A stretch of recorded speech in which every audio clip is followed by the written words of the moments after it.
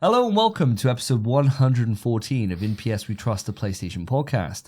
My name's Davey and joined with me as always, and on my left today, like Captain America and the Falcon, Mr. Philip Hoy. In person. The fine wine himself, right the here. One and only. Well, cheers, boys. Well, actually, cheers, Davey, because you haven't introduced who's to your right just yet. And I think it's going to be quite a big surprise for our audio listeners who's sitting right next to you. It is young Squire Boy himself, Spencer Davis. Shock horror. What a surprise! Cans are out as they should be. Cheers, lads. Come on, cheers, lads. Cheers, Ben. cheers. Well, cheers, welcome. Welcome Cheers, to the cheers, show. cheers, cheers. Yeah, thank you. Thank you for having me on. It's an honour to be here. You should be privileged. I feel privileged to be in your presence every time I'm with you. And, 114 episodes later, I'm still saying that. And that is something. I love you guys. It's a pleasure to be with you. Why are we doing this? Why are we doing an in-person episode on 114 episodes, listener? It's not as if it's a big quiz or anything like that. No. It just turns out I'm having a barbecue tomorrow because the sun's out, guns out. And so we thought, right, well, let's just double up. We got to record the podcast anyway. Let's get together and do it.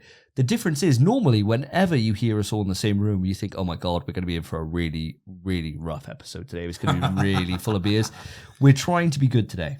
So we are going to be drinking, but just not on the same level that we normally do when we're all together around a table. So hopefully it feels like a normal episode, or if anything, hopefully it feels better than a normal episode because we're in person. I'll say it fit. I think this is going to be our best episode yet. Oh, if that ain't worth for 5 stars by the time you get to quick news, I don't know what is. It's strange to get positivity from you, Spence, because normally when we start these podcasts, you're putting us down. But because we're together, and we're actually friends outside the podcast, which is probably quite rare for most podcasts, I find. Because they're like drafted in a lot of the big ones, right? Yeah. They probably don't know each other that well outside of the podcast itself. Not throwing too much shade, but we're actually friends outside the podcast, and we like to hang out with each other. Strange that, isn't it? Yeah, weird. Yeah. Don't ask how often we see each other, but yeah. That's just being in your, getting older. That's just life, isn't it? Yeah, That's it's just getting life. older. That's what it is. That's the excuse anyway. Yeah. Me and Davey hang out a lot.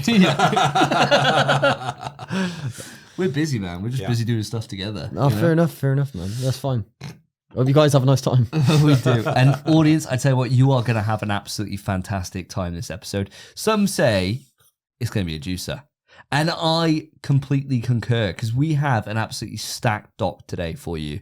We got the normal run of the show, no real differences here. We got kicking off with a hypothetical question, then moving it into what we've been playing, saddling over to the quick news where we're going to buckle up because there is a shit ton to go through, and then end with the big topic of them all, the biggest gaming kind of news that's happened over the last 2 weeks. GTA's delay and a brand new goddamn trailer. So we got a lot to talk about when it comes to GTA 6 later on in the show. Really looking forward to you getting there. Audience, by the time you get to quick news, I've already said it offhand before, by the time you get there, if you're enjoying yourself and you haven't put a rating on for the show, we are striving to increase the number of ratings that we have. Would really appreciate any ratings you put on there. If they're less than 5 stars, keep them to yourself. No one else gives a fuck. Yeah, especially, that last bloke. Do you remember? Yes, I do. Take it away, Spence. Tell me. This scumbag, actually, to be fair, reasonable. He However, complained because he didn't like the swearing, Spence. He left a comment. He's like, what a phenomenal show. I loved it. So informative. Brilliant banter. Don't like the swearing. That's the banter. And he took us down from a perfect 5 stars to a 4.9. What an absolute cunt. What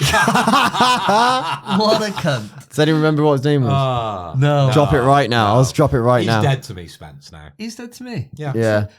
Doesn't matter. Thing about it is, I put out a poll straight away. As soon as we had that review, I put a poll out on Twitter to be like, do we tone down the language? And it was a 100% result. Fuck no. How many votes did we get? 10? Oh, so it's more than... It's enough. More than I think, the 2 other votes and then our group account voting on there. Yeah. I'll tell you what, I didn't vote. I didn't know that poll went up. Oh, there you go. I don't use Twitter anymore. So there you go. So it was at least maybe 7 legitimate votes in there. Even more positive. There you go. Yeah. Brilliant, So, yeah. If anything, I think that's the voice of at least a few hundred, surely. So we want more swearing then. Probably, yeah. Yeah. Yeah. Audience, I will say, if there is actually legitimate feedback that anyone has, and that I'm not saying that isn't legitimate, right? It definitely is. I wouldn't mind hearing it. Let me know. If there is anything you do want us to change up, please. I do like the expression, though, if it ain't broke, don't fix it. So I'm not going to start swerving off from someone's comment. I was going to say, I like the expression, read the room. That fella came in, saw we're bantering, swearing about. Clearly, that's just the vibe. Why ask for the vibe to change? You know? It's true. Fuck him. Fuck you. Fuck you. I hope you watch this episode. Fuck off, mate. He's definitely going to be watching this episode. Yeah, unsubscribe, brother. Already did, I think, pal. I think you already did. Good. You don't want. I don't want to hear from you, mate. You freaking rat. What are you playing? Minecraft, Roblox? Fuck off. Enjoy your Fortnite. It's probably a burner account from Lewis, isn't it? Oh, who At the end of knows? the day, especially after some of those comments you guys have been putting out about poor young Lewis. Oh, Probably a burner account, isn't it? could be. Yeah. It could well be. If it is, he still gave us 4 stars. yeah. It still helped. It's still engagement. It's at the quite end of nice. the day, wasn't it? Yeah, four's not bad. Any Four's not engagement's bad. good engagement. I would like 5 though, Yeah. audience. So, you know. Anyway, back to it. What we're going to go through today. I've got a question and I wasn't sure what to bring for a hypothetical today. And I could go for a serious question because there's a lot of crazy things that are happening in the news at the moment and things we could take on for a serious note when it comes to PlayStation. But I like starting the show off on like a nuts hypothetical, something that's just a little bit crazy. I really do enjoy it. Like last week's episode, we were talking about the Gorilla versus 100 Men. Really enjoyed that. I think it kind of sets the stage right. So I've got one cooked up that I found on Reddit. Oh, okay. So you've Slay. scoured the internet for I the most have. relevant thing that everyone's going to be talking about. So let me predict it. It's going to be about Kanye West's new song, right? Slightly off. Slightly off. Slightly off. Okay. So yeah, we're not talking about the HH song. Oh, you almost said it. Almost said it. Almost said Might have it. to beat that. Blooming heck. Good God. So the question today, guys, would you rather fuck a goat and have nobody know, or not fuck a goat but have everyone think you did? Oh, that's the worst, man. When someone thinks you've done something which you definitely haven't done, the more you tell people that you haven't done it, the more it sounds like you have done it. So it's impossible to get out of that situation. So going back to my childhoods, like, and people... At the time I fucked this goat. Oh, he was so cute. twirling his hair. And people who listen to the podcast regularly know that, you know, I've got a very close relationship with my brother now, okay? But when we were growing up, we did bicker a little bit, right? And there was times we were at family events where I thought it was hilarious to tell, you know, our aunties, our uncles, that Mike had a Britney Spears poster in his room. And he went bright red at Did the he? time. Did he have one? No, he didn't, obviously. Oh, okay, yeah. So he just started She was bad, man. vehemently denying that he had this Britney Spears poster. And the more he would say it, as I said, the more it sounded like he did have it. Yeah. So he had some questionable posters, man. He had like and I don't really think he understood the significance of this poster, but it was it was a poster that I think we bought from Newport Market, and it had like an alien head on it, but like weed eyes, and it said, "Take me to your dealer." Oh, I know the exact poster. And he just didn't, like, I didn't at the time, my parents obviously didn't, and he didn't understand it. He just liked aliens, I think it was. And so he had some weird posters, right, when we were growing up. But he definitely didn't have a Britney Spears poster.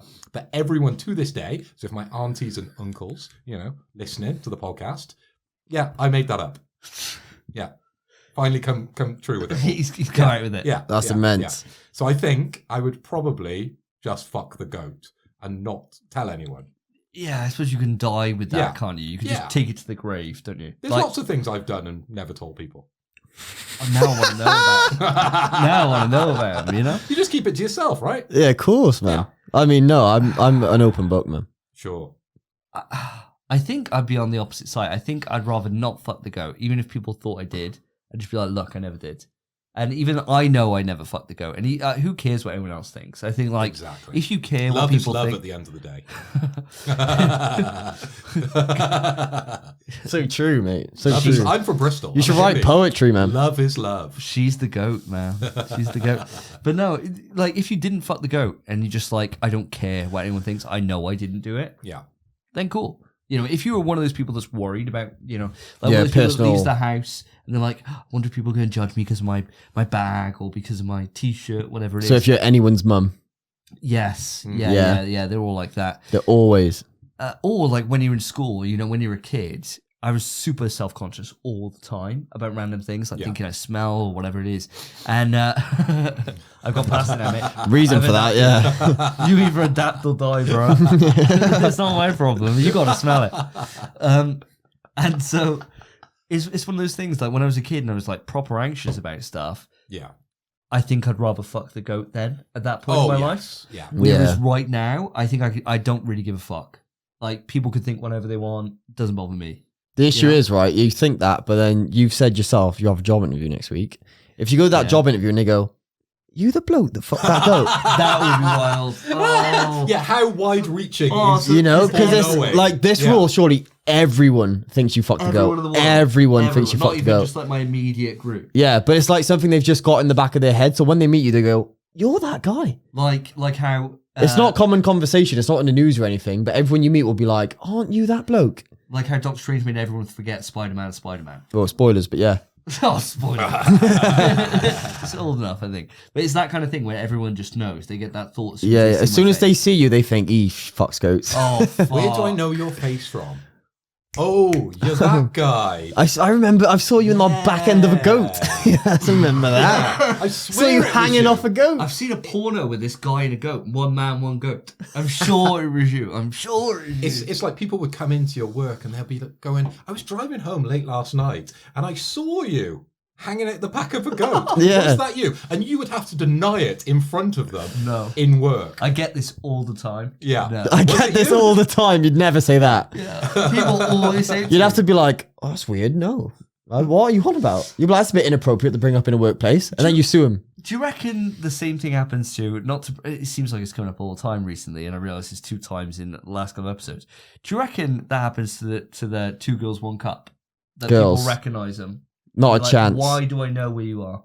Because that's like ingrained in everyone's mind. Yeah, but no one watching it looked at the girls' faces and like memorized it. They were just disgusted by the thought of it. I couldn't not tell you what they look like. No, or I can't wanking remember. too hard and then you instantly forget, isn't it? Yeah. Once you come, I can't remember the girl's face. I have a cry after usually. Yeah, there's many, Yeah. exes of the past. And girls that I've pulled, I can't remember who they are. No. For the best, mate. Yeah. For the best, Forget yeah. about them. Dead to me. Just like that person who made that comment. Fuck you. Fuck you. So true. Right. Fair enough. Yeah, so I think if everyone in the world thought that, I think I'd change my answer. I think I'd fuck the goat. Yeah. Yeah. Yeah. Okay. I think I Good. would. You're on my side then. Yeah, I think I would. If So it was, we're both in the goat at the moment. if it was my immediate, like say 20 people or whatever, like my friends, family, whatever, I could live with that. If it was everyone. Even your mum? I don't think you could, Yeah, right? because I'd be like, no, mum, I didn't. And then she might think so, but... No, but she's not sleeping at night because she's like, my kid's Worried. a goat fucker. Yeah. And she's like, what if my friends find out that my son fucked a goat? But what Yeah. if... But then... I didn't raise you the fuck And goats, your Dave. mum's a gossip. Everyone would know. She would know. She would, Yeah. yeah, she would. Oh, she'd tell I everyone. don't know she's a gossip. I just said She does. She does love gossiping. She loves it. My mum's a gossip. I could never fuck a goat. But I mean, the thing is, like, if you did fuck the goat, there's the chance that you would get caught fucking the goat. I know it says, and nobody would ever know, but in your mind, surely you'd think, like, somebody would make a joke about goat fucking or whatever, and you think, No, I've signed a contract, mate, that says no one will ever know. Or- I could tell people and they'll be like, no, you didn't. All you have to do is just change the subject quickly and move on to something else. It's be like, oh, sheep are cute. So how about those local sports teams? Goat fucker. He knows. You've got me. Yeah, I'd tell you what, then I'm siding with Phil then on this. I'm going to have to shag a goat. Yeah, it's fair enough. What are you thinking, Spence? Oh, mate, of course I'm fucking that goat. You're insane. That immediately I thought, you're telling me I get the bus a nut, it doesn't want child support if it gets knocked up, and I get the spaff inside, and then no one knows? Yeah, of course. It's a goat, bro. Yeah, well, it might be You rough could just days. do that. You could just live this out. If you want to just do it, if you got like a goat fetish. I don't need to. No, it's fine. What if it became your thing? What, you're just that good? Is that something you could search up on Gemini? Your local AI assistant for more goats in your local area? It stops being the crab lady, it's the goat lady. The goat lady. Jeez. You could imagine them. And would it matter if it's a lady? What's a goal in the goat? I'm not fucking goat arse, mate. Goat gay. No, I'm not Yeah. Gay for goat? Yeah, not gay for No? goats. No, it has to be a You woman want me goat. flying the flag? No. Push No. your balls deep in a gay goat? And People be like, "Are you even gay?" And you're like, "Well, I fucked a male goat." You can't. yeah, it's gay as hell. Because the only 2 celebrity goats that I know, they were gay, weren't they? In the Thor movie, the ones that were screaming. Oh, they were fucking They were horrific. definitely gay goats. You wouldn't Which wanna- was Oh, good those fun. in Love and Thunder. Love and Thunder. You wouldn't wanna Fuck's shag those sake. goats. Yeah, no. They'd be making that noise. Or maybe though, you'd be fucking me thinking, "Yeah, I'm working this." She loves it. The thing about shagging the goat is, it's the biggest she's ever had. True. Don't you? You know? It Definitely depends. bigger than a goat. How big's a goat cock? Can't be that big. Everyone says about like Horses. horse pretty is big. massive. Yeah. Horse is massive. I've seen Goats some aren't. fat dog willies mind as well. A dog Willie's not as big as a person. Mate, my mate Dan, he's got a dog called Buddy, and his cock, like if he, What are you doing, mate? What? Mate, People are no. getting worried now. it reaches his chin, bro. It's like nuts. What? Dan's chin. No, obviously not. It's reaching higher than Dan's He's chin. not there. Spencer got something to show you. Whenever anyone comes in, whenever anyone comes over, all you hear is he starts yapping, freaking out, shaking, and just gets a rock on immediately, and it goes up to his chin. It's What? terrifying. Wow. That's It's nuts. It's horrific. He could suck his own cock. That's And nuts. I know dogs lick themselves anyway, but he could do it without bending. That's crazy. So a goat, I think some goats might have Big uns. bigger than me. Well, all right, fair enough. We'll throw that argument out of the window then. But what if you tasted that Goat, that sweet, sweet nectar of the that goat Donna. pussy? And it was the greatest you'd ever had. Yeah. What if you could never go back? Isn't that a real concern? Yeah. Well, I assume the contract that you're agreeing to, where no one finds out, that's a one-time deal. So Yes. it's only the first goat you fuck. Yeah. Then you have to embrace it, don't you? It's I like- think then it's you like just have heroin. to be like the good nonces. There was. I know, yeah. Oh, where's this going? Strap in, listener. Whoa, strap There was a Reddit thread Yeah. I saw the other day, which is a bloke. It's like it was a Reddit thread like, "Tell me your darkest secret," and the guy said, "My whole life I've been attracted to kids, and I've never once acted on it, and I'm going to take my life soon." And I was like, Jesus Christ, that's horrific. That's bad. However, brave to admit it, and fair play, fucking don't act on it. Yeah, Yeah, that's just hard then. That's just harsh on that guy. Isn't it? that's just like a mental thing that he's had to It's ignore just his a whole condition, life. Yeah, Sure. it's just a condition in that But like, poor bloke. yeah, It's horrific. awful. mind. That's like the worst thing you could ever have, isn't it? Yeah, because if he did act on it, horrific. Yeah, the terrible. worst, literally the worst thing a human could do. I'd say. But you don't have those barriers with goats. All you got to do is be able to hop over a fence. Yeah, but I can't- might be like, my whole life I've been attracted to goats. They can't. I've Be, never acted on it. the thing is, And then you'd have to come out, wouldn't you? Yeah, I'm Would a you be goat fucker. Closet goat fucker if the first time someone doesn't know. I suppose it's a bit like being gay, isn't it? Probably the first time you fuck a man. Probably don't tell too many people, just in case you don't like it. It's true, actually. Yeah. Yeah, maybe. I don't know. Don't know how it works, Davey. Maybe you'd like to tell us. I can imagine. It's that thing It's of a safe space, man. You're amongst friends. You're amongst and friends. that person who doesn't like the swearing. I imagine what it is, right? That the first time you try that goat ussy, right? The gussy. Yeah, as soon as you get in there that first time, if it was magical, right? Like it blew your fucking mind. Yeah. I think I'd go against the contract with that, lads. Oh, you'd start This telling is gonna people. be nuts, right?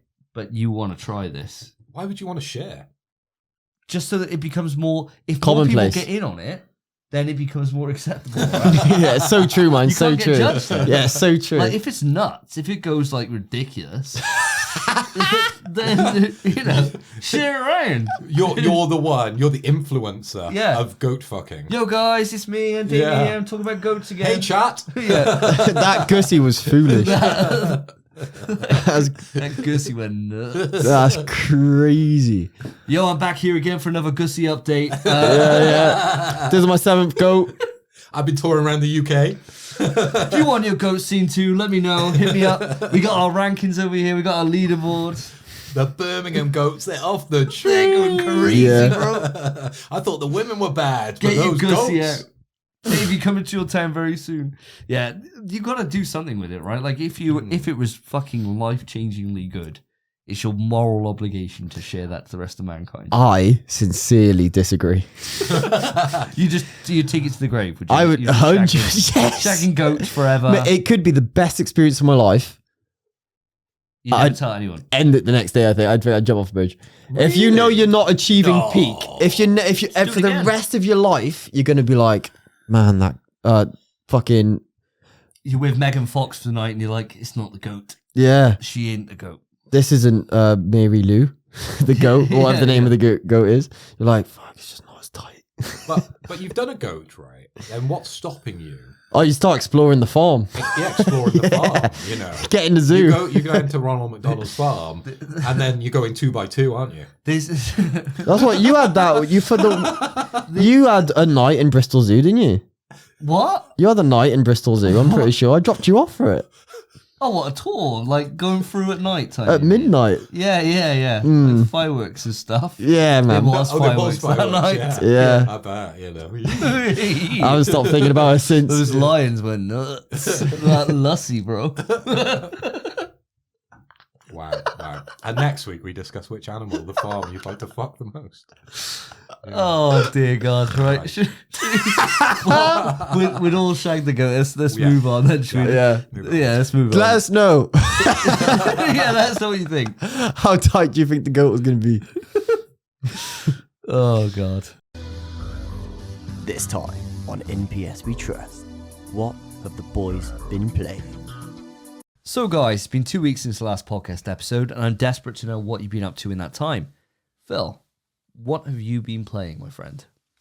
What have I been playing? I'm desperate to hear this. Indeed, Davey. Well, I haven't been playing a huge amount because I've been here, there, and everywhere, very, very busy with work. But the precious time that I have had playing on my PlayStation 5 Pro, I've been going back to Dead Space, a very, very old game, and not really pushing my PlayStation 5 Pro to its extreme just yet. I don't feel like it. I should be playing probably the game you're going to be talking about in a minute, right? Or the game that got delivered yesterday.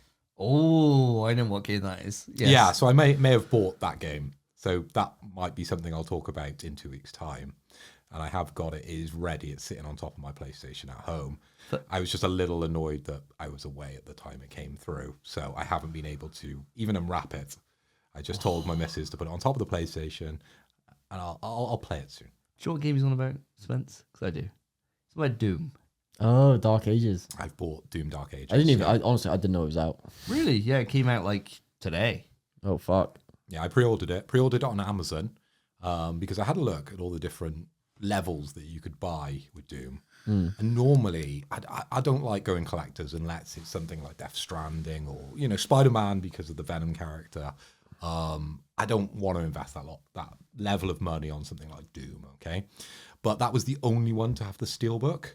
I was so annoyed. That sucks, I wished man. kind of like the middle level had the steelbook because that's the thing I would always want out of the kind of collector's edition. The statues are always cool, but I haven't got enough space for statues now. It's at a premium in my house. So if there's a really nice steelbook, I'll pay the 15, 20, 30 pound more to get the kind of special edition to get the steelbook. But no, that was in the top edition of Doom. So I just went for the base. Fair. I don't blame you, man. Yeah. I haven't bought it yet. I'm going to. I'm just trying to finish off 2 games that I've got on my pad at the moment. One that I'm very close to finishing, which I'll talk about shortly, and one that I haven't even started, which again I'm sure we'll talk about very shortly. So it's definitely going to be played 100%. Like I can't wait for it. I've been looking forward to Doom for forever. Yeah. Since Eternal, I fucking adored it. But I was the same, man. Like I looked at it and the collector's edition. I really like the Doom Collector's Edition. I've liked all of them. It is cool. They've all been great. I think the first one actually wasn't that good. It was it was one of those like skull-looking enemies with the floating red Revenant. house. Was Oh, was the Revenant? Revenant? Is it Revenant? Oh, okay. I think that's what they're called. Yeah, with the, jetpack and the guns on the the shoulders. guns on the shoulders. Yeah. I think that was the first collector's edition. It wasn't that great. And then Eternal, I think, came with their fucking helmet. Ah, yeah, Went it did. Yes. Stupid I've hard. seen that in CX the other day. God, so good. And then this one, you got the full statue. statue, and it looks so good. It's such a sick statue. It's great. Yeah. And I've seen pictures where people have them in the wild now where they've come through. And it just looks fucking peng. Don't make me regret it. No, choices were made. It's that thing though, isn't it? Yeah. It's You won't regret it. space is a premium now at this point, and it's the same. It's the same for myself. So I got to be really picky about them. So I don't even know what the next one's going to be. I guess we'll have a look. Nothing pre-ordered yet that would have it right now, but plenty of time to go. So last time you were speaking, you'd done the fight against Leviathan, just got Correct. the Force gun. Yep. Where are you up to these days? Well, I say I haven't been playing much. I've played enough, so I'm right at the end of the game. Oh, So I'm just about to leave the Ishimura. okay. Okay. Go down to So- the planet. I'm right at the end because I've just got to the end of chapter 11. Yeah. Where choices were made by certain characters. Obviously, I don't want to spoil it, right? This is where the juice of the story starts to come out, if you like, with my very sexual analogy of the story there. But yeah, it gets really juicy. Lots of the characters start emerging and showing their real The true colours. reasons behind the choices they've made. You've had the part on the gangway. Correct. Yes. Yeah, And then I've also gone back now and completed the vast majority of the side stories. Nice. Oh, so really? I understand all about the hunter. Good. I understand all about the medical research that went on. And there's some other bits which I'm working through now. So I'm done a just lot. trying to finish everything I can Yeah, you've done loads, man. before now leaving the planet. Well or leaving the ship, sorry. So Is it Aegis 7? that's the planet you're going Yeah, to. That's where yeah, I'm it going is. to. That's where you're Yes. going Yes. to, yeah. Aegis 7. So now you've done so much. I know exactly where you are. Yeah. I know exactly where you are. Thank you for that explanation without going too deeply into spoilers. I'm sure the audience who haven't played it, you need to. It was on our Game of the Years. Did it win our Game of the Years that year? Or was it the same year that Resident Evil 4 came out and that pipped it? I believe I think 4 won it. pipped it, yeah. You two voted Dead Space because I'd never played it, so I didn't vote for it. I think Dead Yeah. Space got like a solid second or third. Yeah. But Yeah. RE4, come on. Very, very high praise. It's superb. It's absolutely superb. Now that you're so deep into the game, Yeah. your conversation points that you've made previously were about how you were feeling that we were saying, like, talking up stories, saying like how good it is, how much lore there is, like how good this universe is. Are you kind of falling alongside that same line, or are you taking a different tact? Is it not really working for you that way?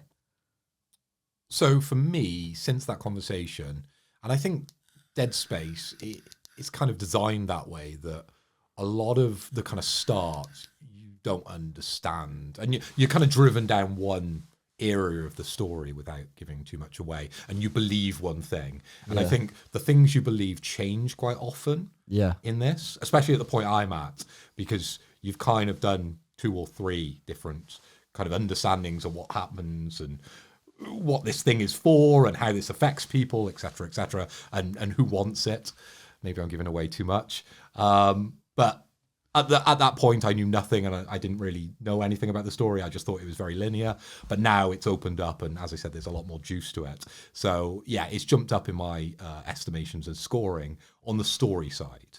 I would still say combat is still very, very pacey and action-based, which for my survival horror, my tastes, as you know, with RE2 being my favorite of the genre, it doesn't fit that mold. Yeah, Sure, yeah. I also don't really like that there's no exploring in the game. Yeah, very because you linear. can just click the button. It tells tells you you where to exactly go. where to go. Even in the side quests, as long as you've got it marked as your quest, it'll tell you exactly where to go. Yeah. So it just takes away that kind of boyhood, excitement of discovering something. I get you. And like Resident Evil's, as bad as their story actually is, right? You can discover things. They don't hold your hand at all, do They don't they? hold your hand. It's you're kind of on your own. It's still very linear, a lot of it, but you can go and discover certain elements with Resident Evil, and you can feel like you're crafting your story a bit more than Dead Space. I get you. So in that area, I think if I never used it, of course it'd be great, but it's there. And it's handy. And it's handy. It makes the game super easy to play, right? It takes no effort to actually play this game and understand this game. Story gets a bit complex towards the end, yes. But to actually get to the next boss, or to find the next weapon, or to find the next door, or whatever it is, there's no hunting around. You don't waste any time. It is all action, action, action. Yeah. Yeah. Yeah. I like that though. I like that you can check where to go because that tells me where not to go. Yes. As soon as I like scan and it shows me where to go, I think, all right, not going there. But Anywhere else. level design should do that. So in Resident Evil, of course, there is some examples of this with Gadian on the Game Boy and things like that, right? Where you can go to areas and you can just soft lock yourself because the design wasn't at a good level. They didn't spend much development there, right? But the good Resident Evils, you can't find yourself in a place that you're outmatched, right? Yeah. You can get places that are harder and challenging, but you can. I never felt like I could never go to this place because the game unlocks those when you have that ability. With Dead Space, I can go anywhere, right? Pretty much, as long as the doors are open. But I don't need to because I know exactly where I'm going because the thing's telling me exactly where to go. Yeah. It's taken away those elements. I know what you mean. I get you. I do like in this one, and something we haven't spoken about, because I'm trying to keep it varied every time we speak about it rather than talk about the same things. The one thing I really like that they did on this remake that they didn't do in the original is how when you go into a new chapter, you can then go back through and find the ways to unlock the tram, so you can then take that as like a fast travel. Oh, fast travel, yeah. And I really like that. And then for later on when you start doing, because I did a similar trajectory as yourself, like getting towards the end and then be like, shit, I want to see the rest of these side quests through, right? Yeah. And they're good. They are good. They're great, really man. good. The story really ramps up within those side quests. They're well worth doing. And then all the kind of audio logs and anything you can spend time reading, definitely do that here. It's like Resident Evil in that sense. It's brilliant. You'll miss out a huge kind of element of the story if you don't read those things. Yeah, like learning all about the church and learning all about kind of Unitology. oh Yeah, church unitology, man. all about that and about how like why planet cracking was invented and why they use it and kind of everything else and the issue more success record, all those stuff. I found all those things really interesting, like the lore great. Yeah. And I think like having that fast travel system, which they implemented in this to be able to implement side quests, which weren't in the original, I think was just a really like nice touch. It's and I think cute addition, yeah. it is. And those side quests shed extra light onto things that we kind of had speculated within the fandom for a lot of years, but then to have them like painted out and to be like, yes, okay, right, this is where it came from, this is how it happened, all that stuff. I fucking loved it, man. I thought they were really, really special. So we danced around it a little bit. What's your kind of rating looking at these days? Now, when I don't think I want to know yet if you're so close to the end. Oh, you want it for a final? I kind of, if you're this close to the end anyway, because you're like a chapter off. Yeah. I think. Next sit down, I'll finish it. Yeah, I think. I've got to finish one side quest and then it's the crescendo. That's the end, right? Yeah, I think. Sorry, listeners, if you wanted to know, but I think we save it. If you're that close to finishing, I think once you're finished, we can get a save rating. I agree. I actually agree. You talked me around. Yeah. Yeah, I don't want to know. Okay, good. That makes a podcast great if we're not going to have a conversation. Let's move on. Let's save it for a future time. We've had ample conversation about it, you know? We've had ample conversation. I agree with you, Spencer. Yeah. I totally agree with you. There's no point in hearing it now for when you finish it, we hear it again. Fine, we'll talk about your stuff. Yeah, come on then. Go on then, Spence. What have Tell you me. been up to? Yeah. Oh, this wasn't. Do I my want to point. know? No. Come on, Davey. I don't believe that's how I acted at all, but fair enough. Fair enough. Watch the replays. What have I been playing? The one that I forgot to mention last episode is PGA 2K23, which we got for free on the thing. I got the platinum. Hey, congratulations. Well done, mate. I've had it for a while, and I just forgot to mention it. I immediately uninstalled, by the way. I love golf. Yeah. Brilliant fun. That platinum, it was miserable by the end, because you're just on the hardest difficulty, which is borderline impossible to play, and just smacking it because it's the best way to earn XP, and you're just doing shit shot, getting last on the PGA Tour until you cry, and then the platinum pops. You think, thank fuck, uninstall. Oh, Brilliant. they're terrible platinum swings like that. Yeah, to be fair, it's my fault that I was trying to get the platinum. Yeah. If I was just playing the game normally, because all I had to do was reach level 25. If I was just playing the game normally, it would happen eventually. Oh, But it was just right. I was trying to get it done. So you're just rushing it through. That's what made it miserable. That type of grind ruins games for me. Yeah. I hate it where they haven't got a creative way to make a trophy interesting. So they're just like, yeah, you've just got to do this 100 times or whatever it is, right? It's just boring as hell, man. Like I'm not the biggest trophy fan. You guys absolutely love them, but it's that type of stuff that really frustrates me. I would never get this platinum, even if it was in the next Death Stranding 2, right? Yeah. If there was something as wanky as that, peace out. I think it all depends, doesn't it? Like you were saying, if there was an active group of us playing PGA, you probably wouldn't even bother grinding for it. No, because you know it you'll get it happened. naturally. It's like when you're playing Helldivers or whatever, and you're going for like the level 2s. Well, we had to only do level 2s, thank God, on those We had to do level base 3. upgrades. Did we? Yeah, level 3. And then it was afterwards they introduced level 4. Ah. And that's what fucked Lewis. Fair. And when we were playing that, I never thought to myself like, oh fuck, I gotta do more of these. I gotta do more drops. I gotta go on my own. La la la. Because you just know that we'll play it and it will just happen, right? Yeah, We'll get to be enough. fair, every time we were playing, we were like, get the samples. Yeah, we yeah, were yeah. like, get the fucking samples. Yeah, but if we weren't like, like, oh fuck, the game's ruined. I'm gonna do it on my own. Do it on easy. Yeah, no, do I wouldn't. 50 Yeah, drops on my own. I never like, would have done nothing that. like that. So I think it's just one of those things of you're just in that situation where you're kind of just done with the game, and it's the It was last exactly thing. that. It was. I couldn't be asked to keep playing it. I love golf. I love it, and it was a fun game. But I'd rather be playing it in real life. Wouldn't it be funny now? So we're going golfing tomorrow, listeners, right? As I said at the start of the show, We we're are. friends outside the show. So we're going to go up, drive a couple of balls, right? And hello. And wouldn't it be crazy now that me and Davey massively get into golf and now we want to play it? I'd love it, mate. Would you be back in? Yeah. In a heartbeat. Yeah.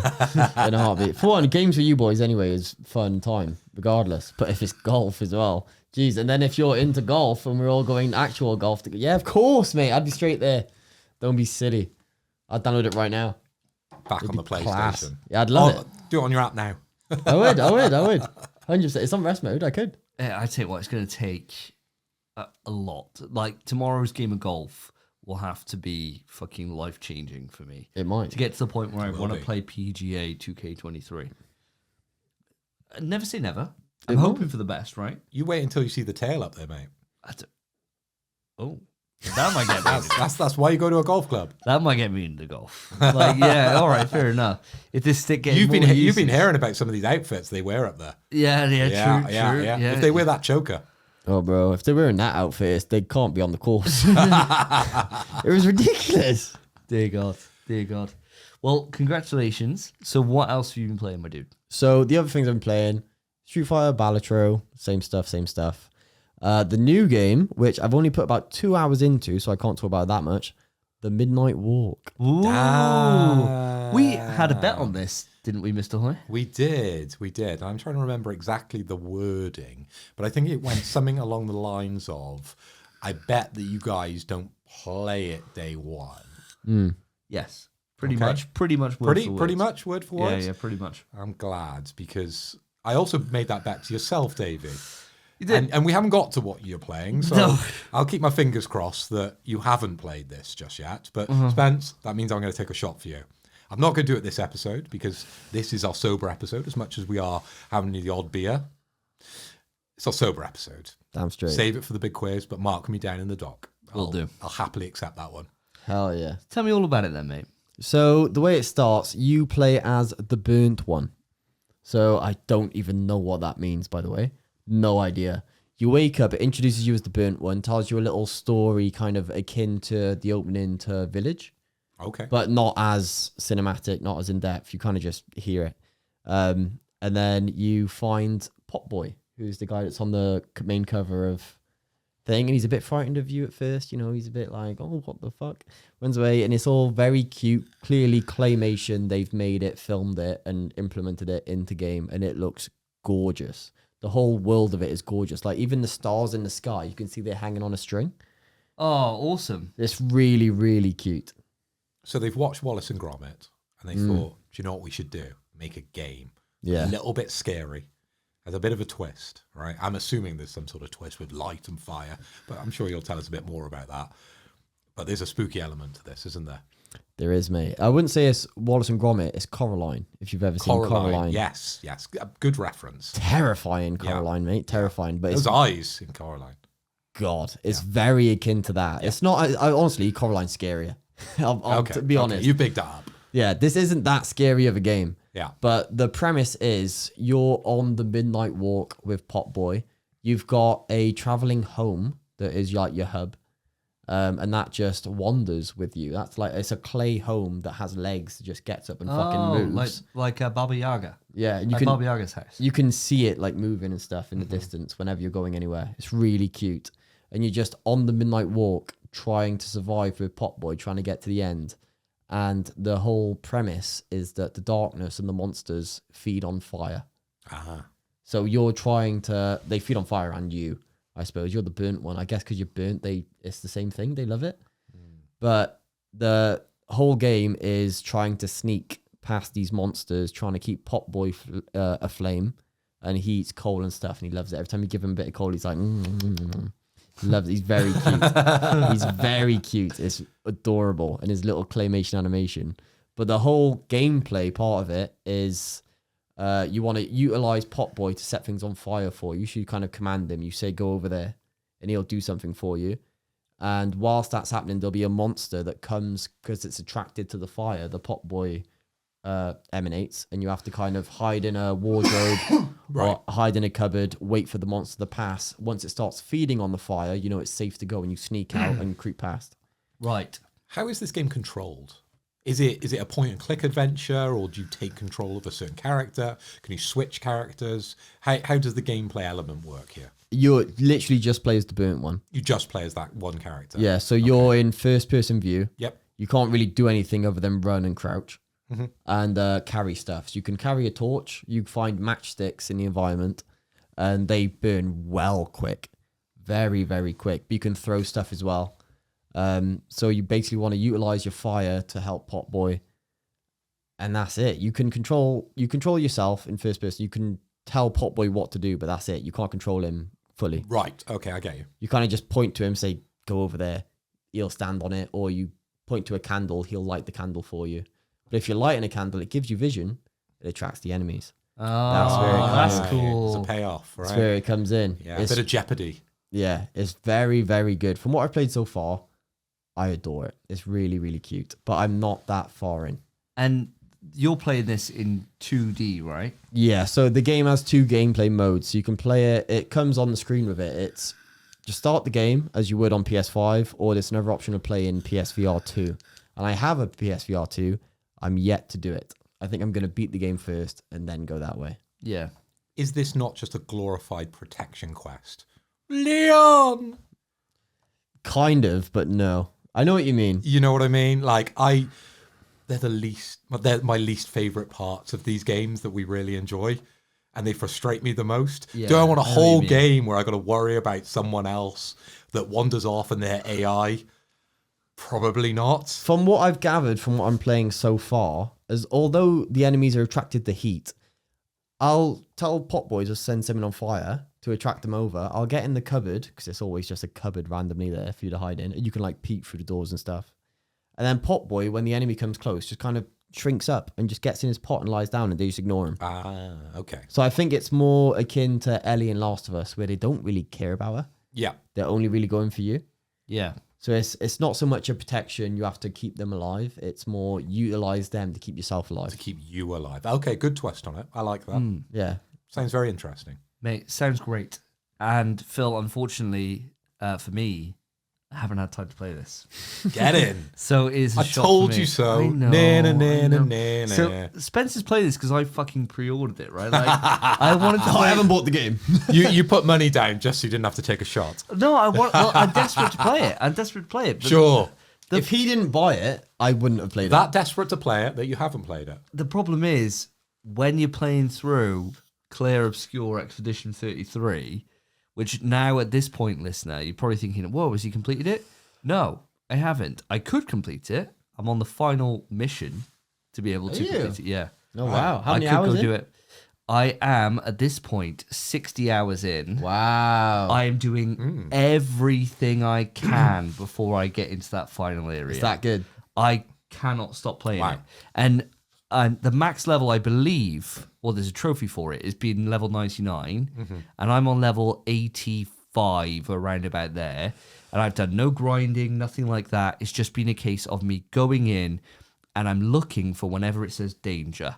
Yeah. And I'm like, I'm the danger. Do you say that to your PlayStation? Every time. Yeah, of course you would. And I go in into the mic. Yeah. I'm the danger. and I brute Kill force. Dino Boy. I'm Dino Boy. I brute force my way through that area. Like I Yeah. just parry my way through it and come out. And I did a whole area, right, that I should have probably only gone back to now, but I did it before I had basically up to a certain point in the story, you've got a damage cap of 9999 for your damage. And so I did an area where I had a damage cap of 9999. And so even the most basic enemy that was coming at me would take ages to kill. Like each battle was at least 5 minutes, right? And it was just parries, instant death for any of my guys. Got through it eventually. And I came out of that area and I'd gone up like 40 levels. Oh. Bloody I hell. came out of You it- should not have been there. Shouldn't have been there. No. And I came out and I was busted. Like I had so much stuff. I was like, oh my fucking God.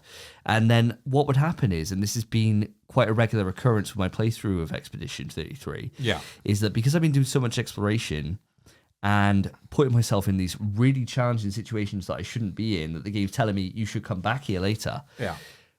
I'm then finding that as soon as I overcome those, I then move through and I'm fucking one-shotting everything. Yeah, you're too strong. Because I'm way too strong. And that's so fun. Because I'm like, Oh, fun. because Yeah. I've gone through hours of getting my ass fucking handed to me to then get that payoff. Like, there's nothing worse in an RPG, right? There's nothing worse than when you've got enemies that level with you, Yeah.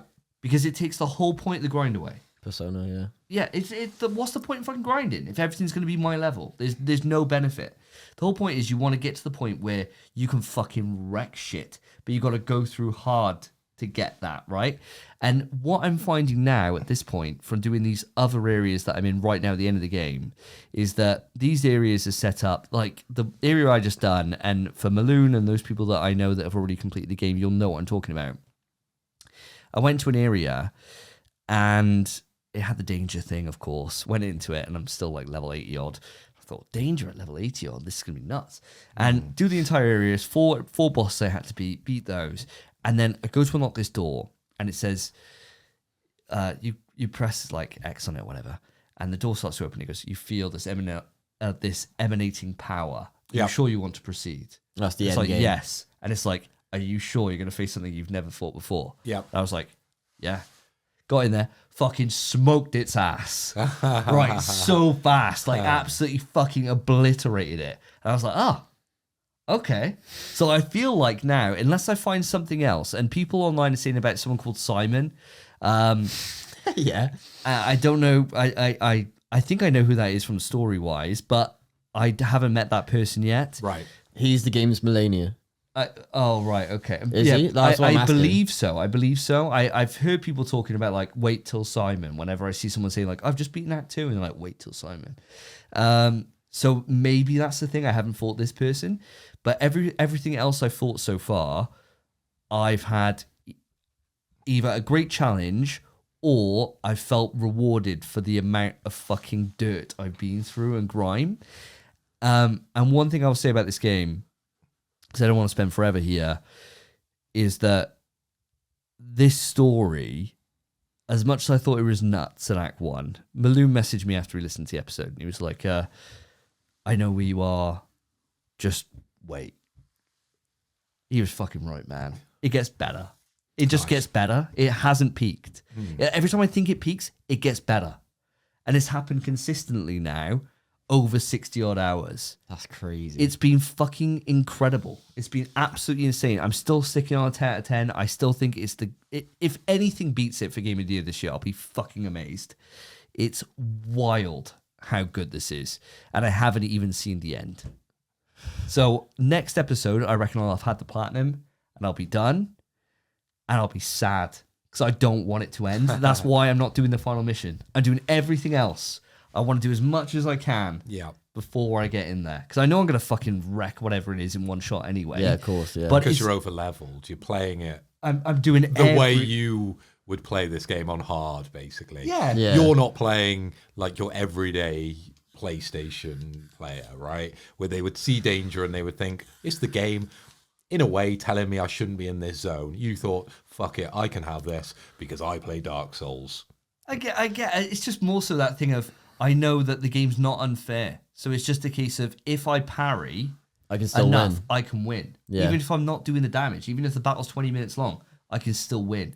It's not like as if you hit it and it's like you do nothing. You know, like in some games where there's such a huge level gap that you hit them, they're barred. They have 9999999 health. You hit them, it says disabled. It's always one. Yeah. And you're like, well, you know, what the fuck? Whereas this, it doesn't feel like that. Even if the odds are so stacked against you, it doesn't ever feel like that. Sometimes when that happens, though, you just need to work out the fight.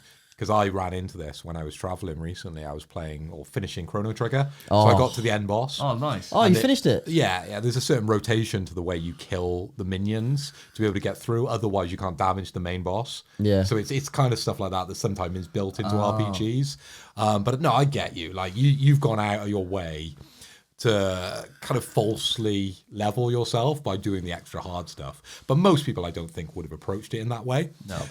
Do you think their experience of the game and the enjoyment that you're getting out of it, because it's ticking some boxes for you that maybe wouldn't tick it for everybody, do you think that enjoyment is hampered by going that extra length, if you like? Because you're approaching it very differently. I don't think so. I think you could play it through, and the game. I'm playing it on normal difficulty. There is difficulty options with this, but on normal difficulty, I feel that's adequate. I feel like Christ, if I put it hard, I'd be fucking getting wrecked. And so, and so putting it on normal and playing it through. If I wasn't exploring, I was just even say I just mainlined it. I think fuck me, you'd come out of this with such a fucking challenging and deeply emotional story that challenges you not just in a physical way of playing the game, but in your way of thinking about life and death and choice and consequence. It's just mad. Honestly, it's deep. It's really deep, this game. To go from our opening gambit to this talking about a nuts. certain act of pleasure to now getting into the nuts and bolts of this. Mate, honestly, wow. This podcast has got levels. It does have levels. We're like an onion. But no, really, I do feel like I said it before that it was, number 2 this gen. I was about to ask behind you this. Ragnarok. I don't know if the problem is I don't know if anything can beat Ragnarok. It was so good, wasn't it? That's the problem. Yeah. It's like for me, Ragnarok. It's a perfect game. Yeah, I honestly feels perfect. Yeah. Yeah. I feel like the combat system is just impeccable. I couldn't agree more. The story's so good, and it's one of those things of Ragnarok's got the advantage of having like fucking 15 or 20 odd years of God of War behind it to back that up and pay it off. This doesn't have that, and it's fucking up there.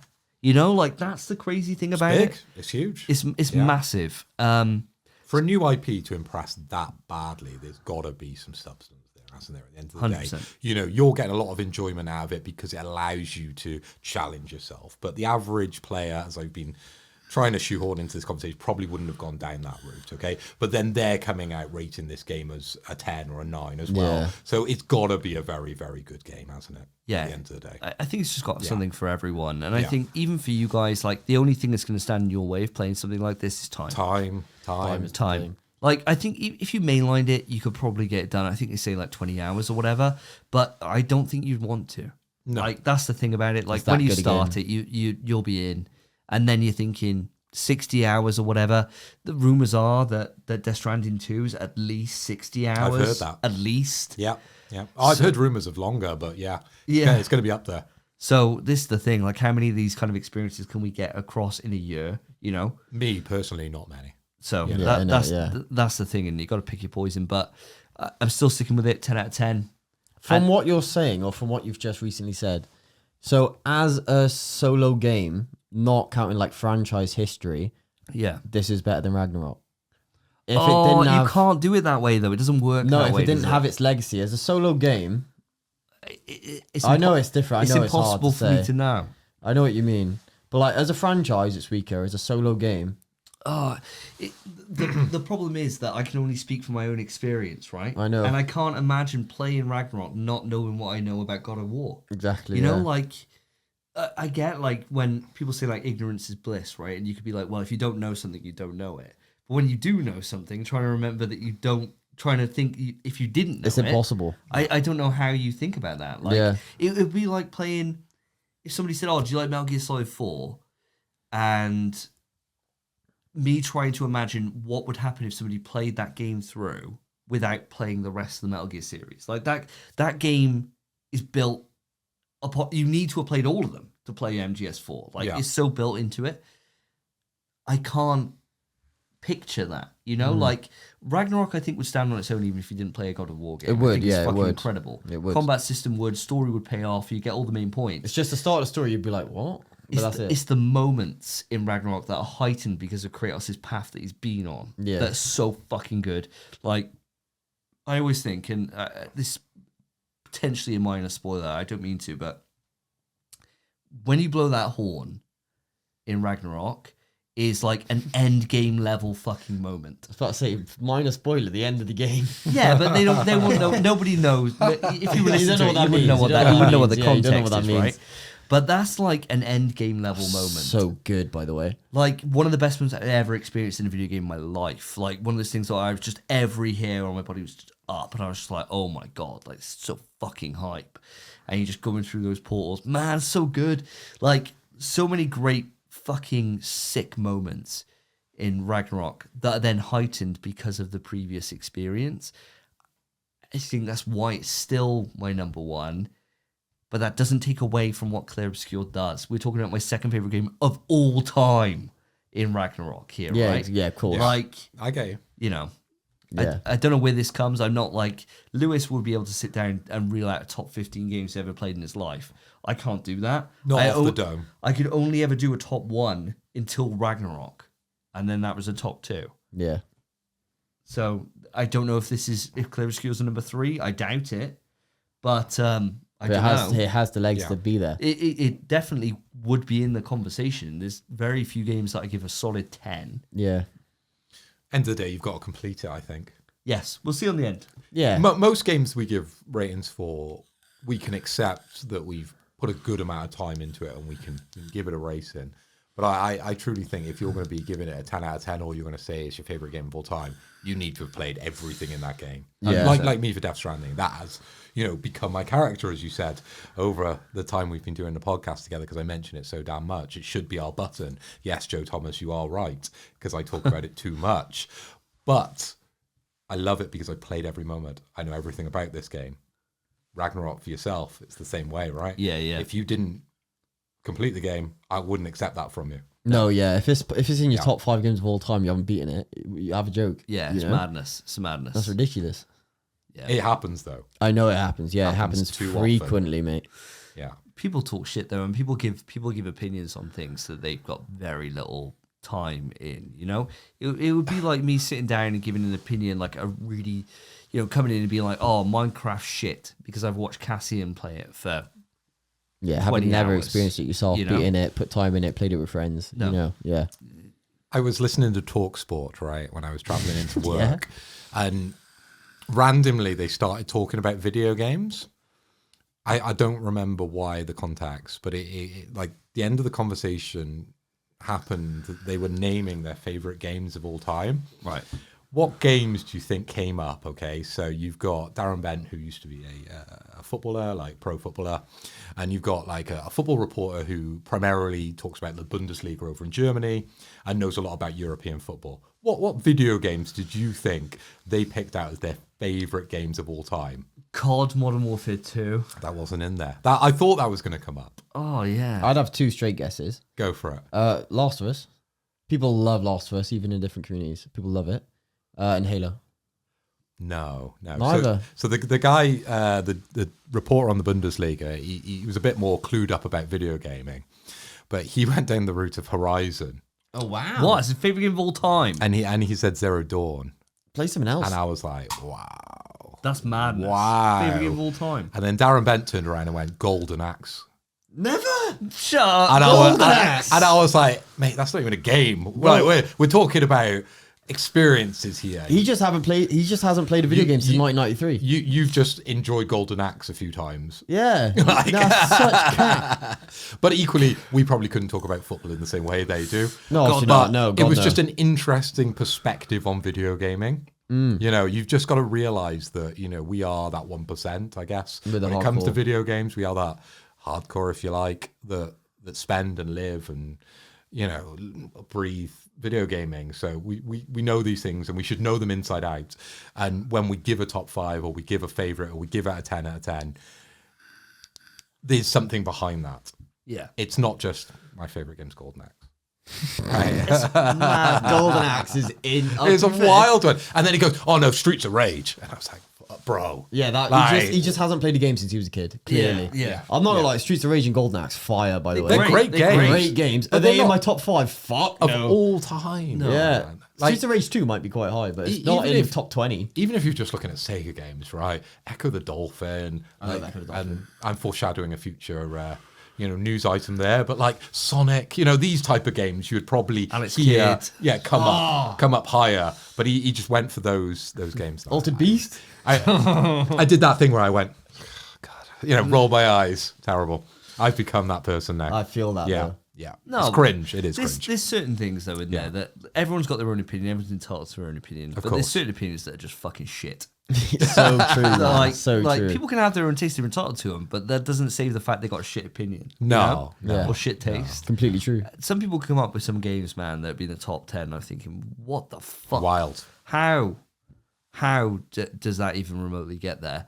But each their own, each their own. What I will tell you, audience, is that if you haven't played Clear Obscure Expedition 33, take my word for it, do it.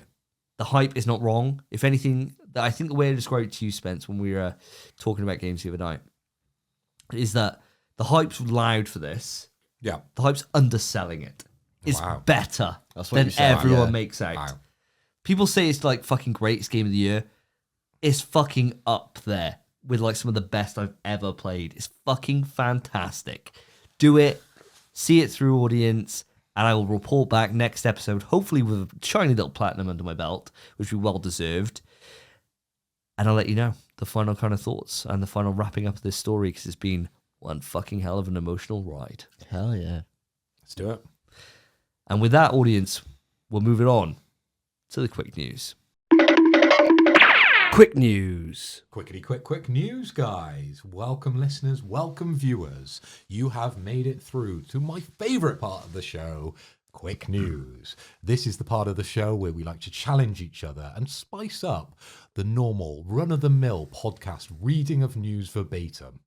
We have decided to start doing little challenges, and we've done them over the 114 episodes now. And we've done different things, haven't we? And it's been a lot of fun up to now. It's been good. But I hate it. because you are king, you have let us know, and you have picked out now that we're going to be doing different challenges. And those challenges are all around a truth and a lie. Because we have 2 bits of news each, and you'll read your news, and you'll give us a truth or a lie. And then you'll read your next truth, then you'll read your next bit of news, and you'll give us a truth or a lie. And at the end, we'll discuss and we'll try and work out which one's the truth and which one's the lie. And there'll be some kind of way of working it out that we'll figure out who gets a shot at the end. Who knows? Exactly. Who knows We'll figure it out. it all comes out in the wash, doesn't it? It worked out well last time. Yeah.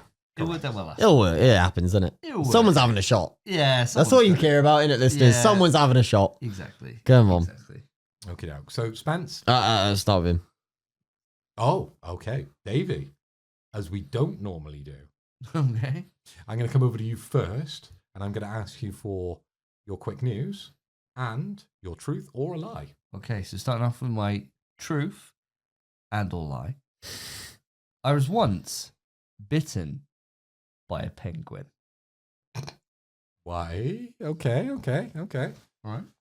Quick news. So my news this time, guys, is something that it's a game which scored very highly last year. It was in our top 3. In fact, I think actually it might have won. In fact, it did win our game of the year last year. That is Helldivers 2. There has been a major update with Helldivers. And generally, we don't talk updates very much on this show. There's the occasional game that sneaks in. Obviously, we were talking a big topic last time of Street Fighter 5. Street Fighter 6. Sorry. Thank you very much, Spence.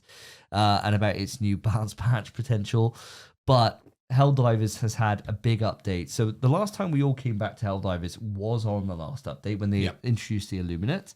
And we played that for quite a considerable amount of time. Got us all back in. Buggies. Great.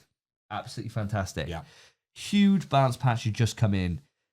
What this entails, guys, is that the general story, what's been happening is we've been pushing back the Illuminate army, wiping them out, right? Their vanguard force, their little scout force they're putting out there, and now they've put the fucking fight to us, right? So their main army's coming through the gate.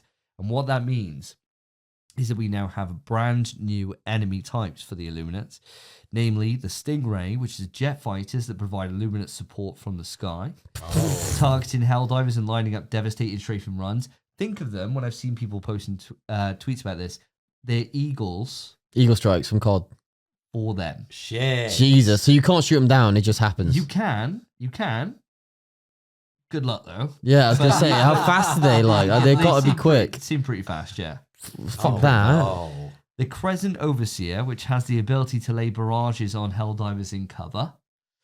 And finally, the Flesh Mob, which I've seen a lot of people talking about these. This. Yeah. So these are, think of in The Last of Us 2, the Rat King. Yeah. It's that. Raw. Loads of those, basically. Big fucking brute made of loads of limbs. And apparently it's a failed Illuminate experiment made up of voteless parts turned into a brute battlefield force that the Helldivers must work hard to destroy. And I've seen people getting fucking ragdolled by these on Twitter. Damn. So that's the first thing. So it's always great whenever they introduce new enemies. That would be enough to get here. But alongside that, and this is the big one for me, is that they've introduced new weapon customization options and progression. So what this means, guys, is that they've introduced the ability for, say, for example, like the sickle. We like the scythe, right? We like the scythe, the laser weapon in Helldivers 1. Always been shit in Helldivers 2. Gash in Helldivers 2. Cannot get it to work. Doesn't kill. Now, you can put enough time into it to level it, to be able to change things about it. So that maybe it has a longer time to be able to overheat or something, or that it does more damage but it overheats more faster. Quickly. Yeah. You can change it. Sure. So the limited things I've seen is that you can change things out, so you can put like red dot sights on them, or you can change it so that the recoil's different, like kind of like COD. It's attunement. Weapon. You can attune your weapons. Yeah, and change all different parts, and that's the new progression system that's been built into it. So it means outside of your levels for your own stuff, you can then level those things as well. And Helldivers 1 did this very well, I thought, in that they had, much like the samples that you bring back in Helldivers 2, Helldivers 1, it was all, you'd find those samples, but they would be used to level up your equipment. Do you remember? Yeah, I do. So the difference then, where you'd have like a level 1 sickle would be, or level 1 scythe would be shit. Yeah. But a level 3 scythe smokes fucking tits. And so the difference between those would be absolutely gargantuan. Yeah. It's a scythe.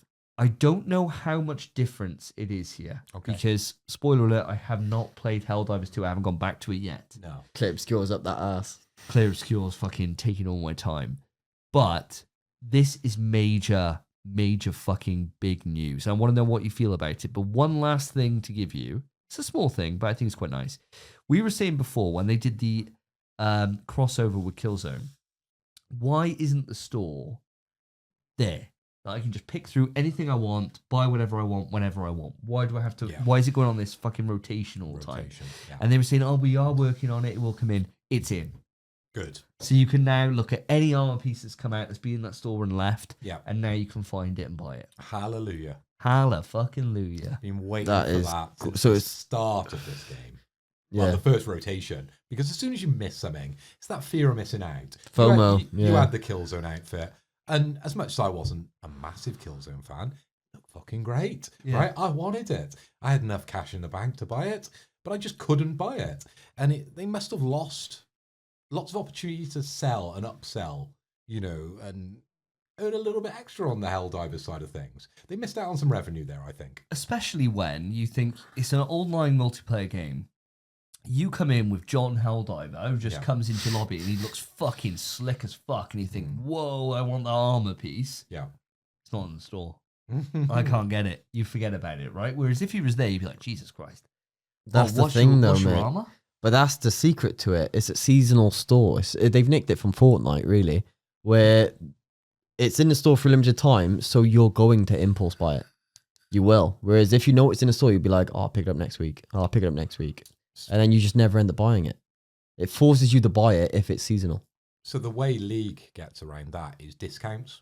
Yeah, you get discount so skins. You'll get the opportunity to buy anything in the store, relatively speaking. There's definitely things that go out of the store with League and kind of go out of the game, but you can still have them in the game. But the relevant items that are still current within the game, they will have a promotion reduction, if you like. Yeah. And that is seasonal throughout the year of League, if you like. So that gives you that fear of missing out and that kind of want to spend that extra bit of money to get that certain item when it's the cheapest. So you could wait your whole year till you get the special Blitzcrank who has the cat on his shoulder, or his arm that goes out and there's a little cat in his head. That skin is particularly cool. Or you could just pay up. Yeah. Yeah. See, you reminded me then of, we're going to go into League talk, but you reminded me then of Rusty Blitzcrank. Do you remember that skin? He's cool. Yeah, yeah. That skin, it's no longer in the game. You can't get it at all. It's literally just Blitzcrank. He's a bit rusty. That's it. That's the whole skin. Oh. You can't get it anymore. It's one of the rarest skins in the game. It's like the second rarest, most expensive skins ever because you can't get it. That is it. And that's just because of FOMO, like you were saying. It's just because if you've missed it now, so to buy it, you have to buy an account that has it. There's also a £500 skin. Oh, the Ari skin. And the Jinx skin. There's two now. Yeah, there's two actually. There's two now, yeah. £500. It's the Faker official. Oh, which, by the way, he doesn't even use. Of course he doesn't, because he doesn't use skins. He doesn't use skins.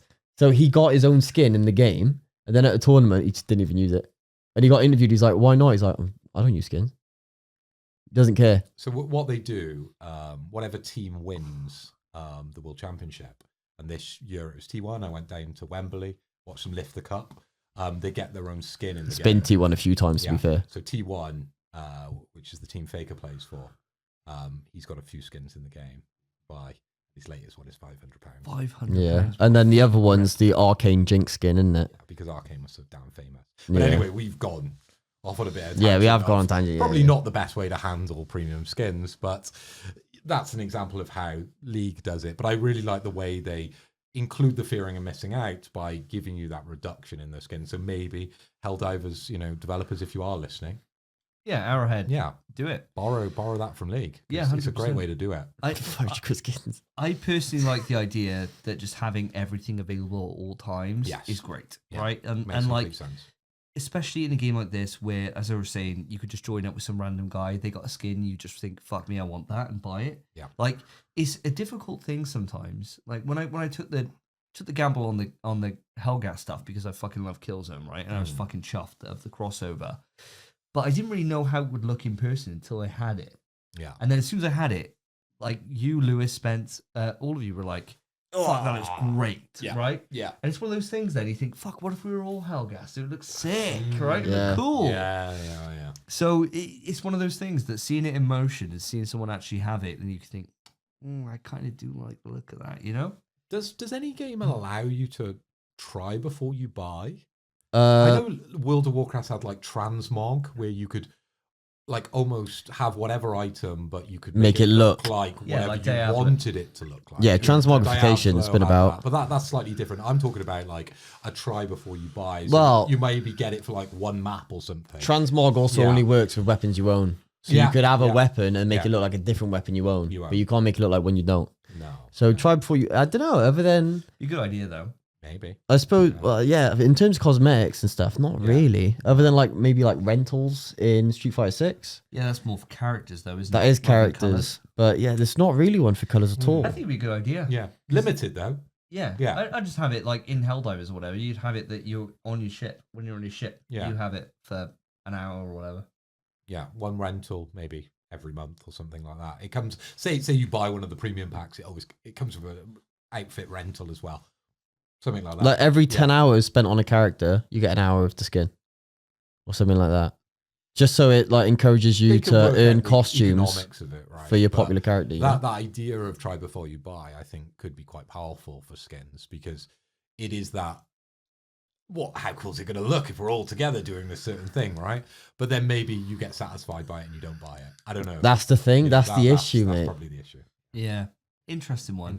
Fortunately, we don't have to sort out the economics of Helldivers. We're not in charge of that. But I do want to know how you all feel about this update. So we got new weapons, we got new enemies, weapon customization, and a fixed store that's there. Spence, going to come across to yourself. I think it's brilliant. I think it's a great update. It doesn't necessarily make me want to go back. Oh, really? Ah. Yeah, not at all. I don't know. I don't feel any pull to Helldivers 2. I've said this before, to be fair, where I don't feel like it's a need to play game. I don't know what it is. I adore it. I really adore Helldivers 2, and I think it's an improvement on Helldivers 1 in every single way, more or less, other than the fucking Scythe, because the Scythe was a godsend. But it's just not pulling me, and I don't know why. Wow. If you boys were online, of course I'll hop on, but I'm never going to suggest it because I'd rather play DBD or Apex or anything else, really. I don't know why. I don't know why. Wow. What about yourself, Mr. Are you on the counter to that? Well, I'm glad I'm on the other end of the table because a fight I think might break out. Like I love these updates, and this is the type of stuff that gets me back in. I'm never going to be a hardcore Helldivers player, right? I haven't even got the trophy or the platinum for Helldivers, right? But we played it a fair amount and I've enjoyed it. But I like jumping back in and trying out the new shit because it's a great game. But do I have the time investment to, max out my character and get No. Am I going to be in there every day spending money? Probably not. But I'll dip in when there's new shit, and this new shit looks exciting. It really does. I'm 100% with you, Phil, on this. Yeah. When I saw this update and I saw the weapon customization, I was like, oh, I want to go in. I want to see how this works. I want to try it. I want to see what it does, like the breaker or the other guns that I've loved across this entire game. But then getting that cherry on top of having new enemies, bless. Right? Like, fucking class. I've already got the skin I'm going to have for my entire time. Yeah. So unless they put out like a Resistance Chimera skin, I ain't bothering, right? Like, nothing else can take me away from that Hellguest ever. They couldn't do one that would pull me away from it. Solid Snake coming in. Oh my god, yeah. Okay. I was going to say, what about like a white helmet with the Kratos red Okay. over? All right. Okay. All right, guys. All right. Yeah. You're right. There could be more things that would get me. You're right. More collaborations definitely could do it. But this, We don't want that though.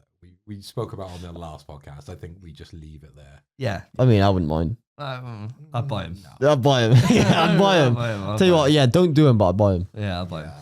But this is the thing now, is that this is what you want. You want new experiences, and the joys of overcoming and learning how to adapt to that enemy is what the game's all about, right? 100%. And we've mastered bots after last session, because we mastered Luminance pretty quickly, and we were like, we got to master bots. We mastered bots. And then it's like, we've done the game. Yeah. Because now we could do super hell dive on everything, no problem. Now we got a new challenge to overcome, to put our flag down for Super Earth and fucking teach them democracy. So I am so down for diving back into this. Yeah. I think this is where we fucking light the beacons, man. And we get the whole... we get everyone back, bro. And we just fucking do this. And I'm so keen for it. But hopefully, Spence, you will see the beacons being lit. You'll realise that Davey is called for aid. And we will all go together and ride and die for Super Earth. Mate, if the beacons are lit, I live to serve. Oh, good man. But, I'm you're just not going to light the beacon yourself. Yeah, absolutely not. No, yeah. I might light the DBD beacon. Okay. I might be lighting a different beacon. Yeah. But if the beacon's lit, I live to serve. Good man. Well, moving on then. Let's come across to yourself then, Spence. Give me your truth and lie and your quick news. Sure. So my truth and or lie might be one, might be the other. Once I was at the beach I was in like jeans, which is probably not appropriate beach attire.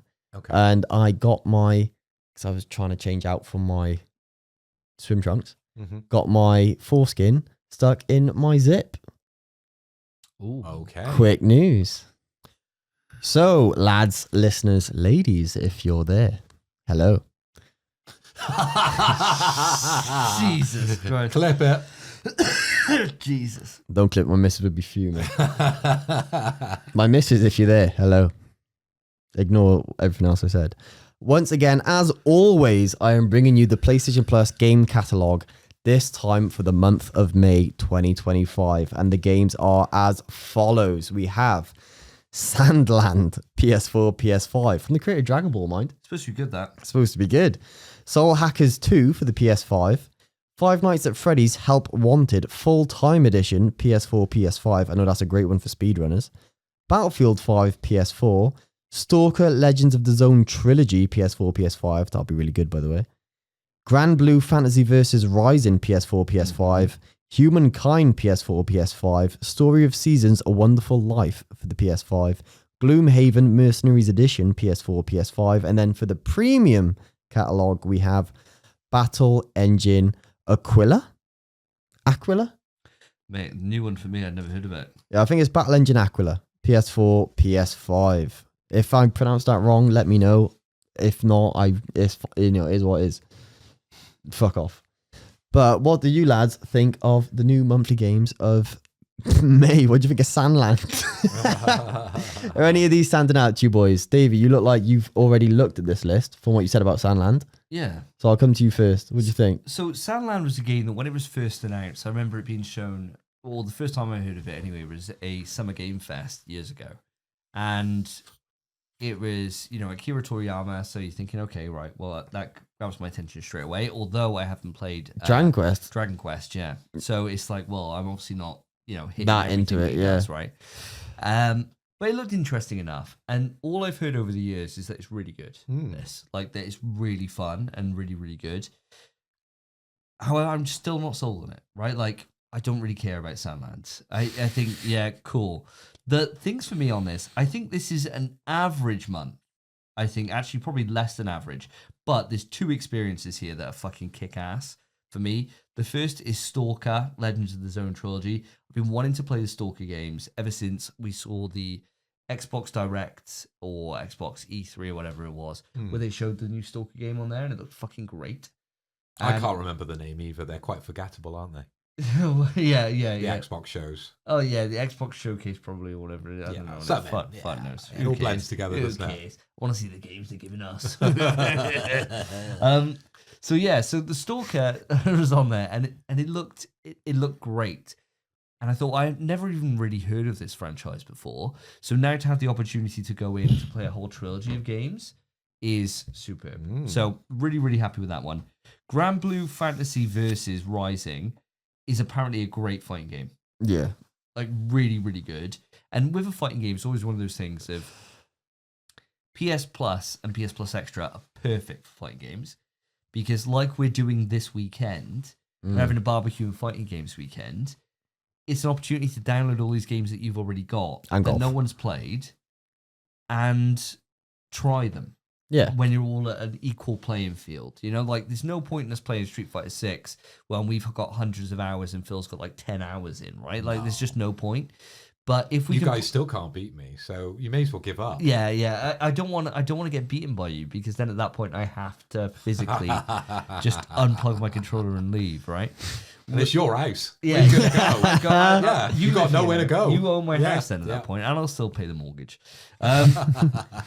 Fucking boot it up. Jeez, run some games. What a deal. Whereas, if we can play UFC 4 or whatever, that's just come onto the service that none of us have played. Yeah. Why not? It's an equal playing field. We can have a laugh with it. Yeah, it's not too serious. So this is the kind of thing that I'm really happy with those two games. The rest of them, though, I couldn't give two fucks. And the PlayStation Plus Premium, this is the worst premium month I can remember. It's the first time in a long time it's one game. And it's not even something that I've even heard of. Yeah.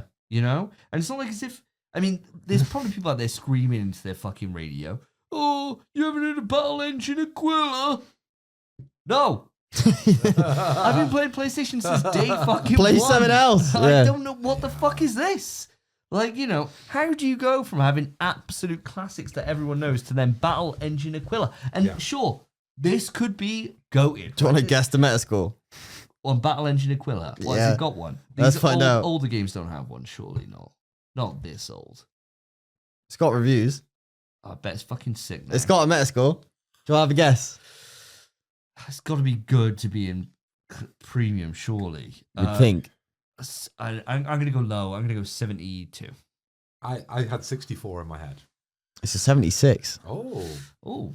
Apparently quite good. 76 after it's generally favorable based on 28 critic reviews, but it doesn't have a user score because it's only had one rating, I think. Brilliant.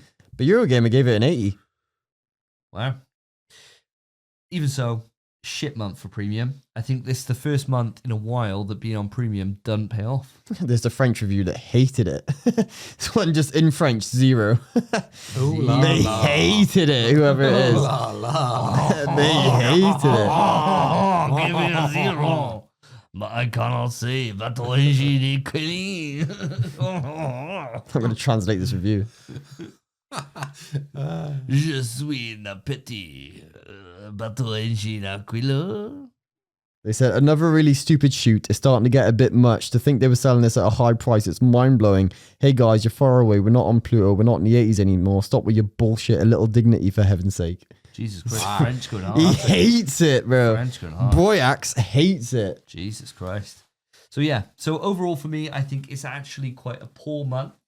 I was saying average before, I'm putting it down to a poor month. 2 games that I'm interested in out of an entire list. It's not the best for me.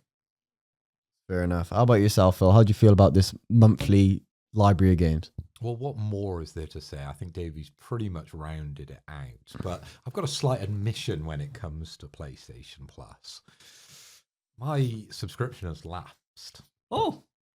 So I took your advice because I remember maybe last month, a few weeks before that maybe, I think this was going back before my honeymoon, you were talking about the best way to purchase a new subscription to PlayStation Plus. So I turned off that auto subscription after that conversation because I was like, I ain't a mug. Yeah. I'm yeah. giving them free money. So I turned it off and now I've come back. And obviously I've just been playing Dead Space on my own, so I haven't needed to be online. But I've noticed that my subscription is finished. So I was kind of hoping that May brought something to the table To bring you where back. I thought, do you know what, maybe I would go for that premium subscription because obviously I've got the Portal. Yeah, it makes You know, sense. there's a lot of games out there that I could be playing on the Portal. What's May got? Is this going to bring me in? And I'll be honest with you, Span. No, it isn't.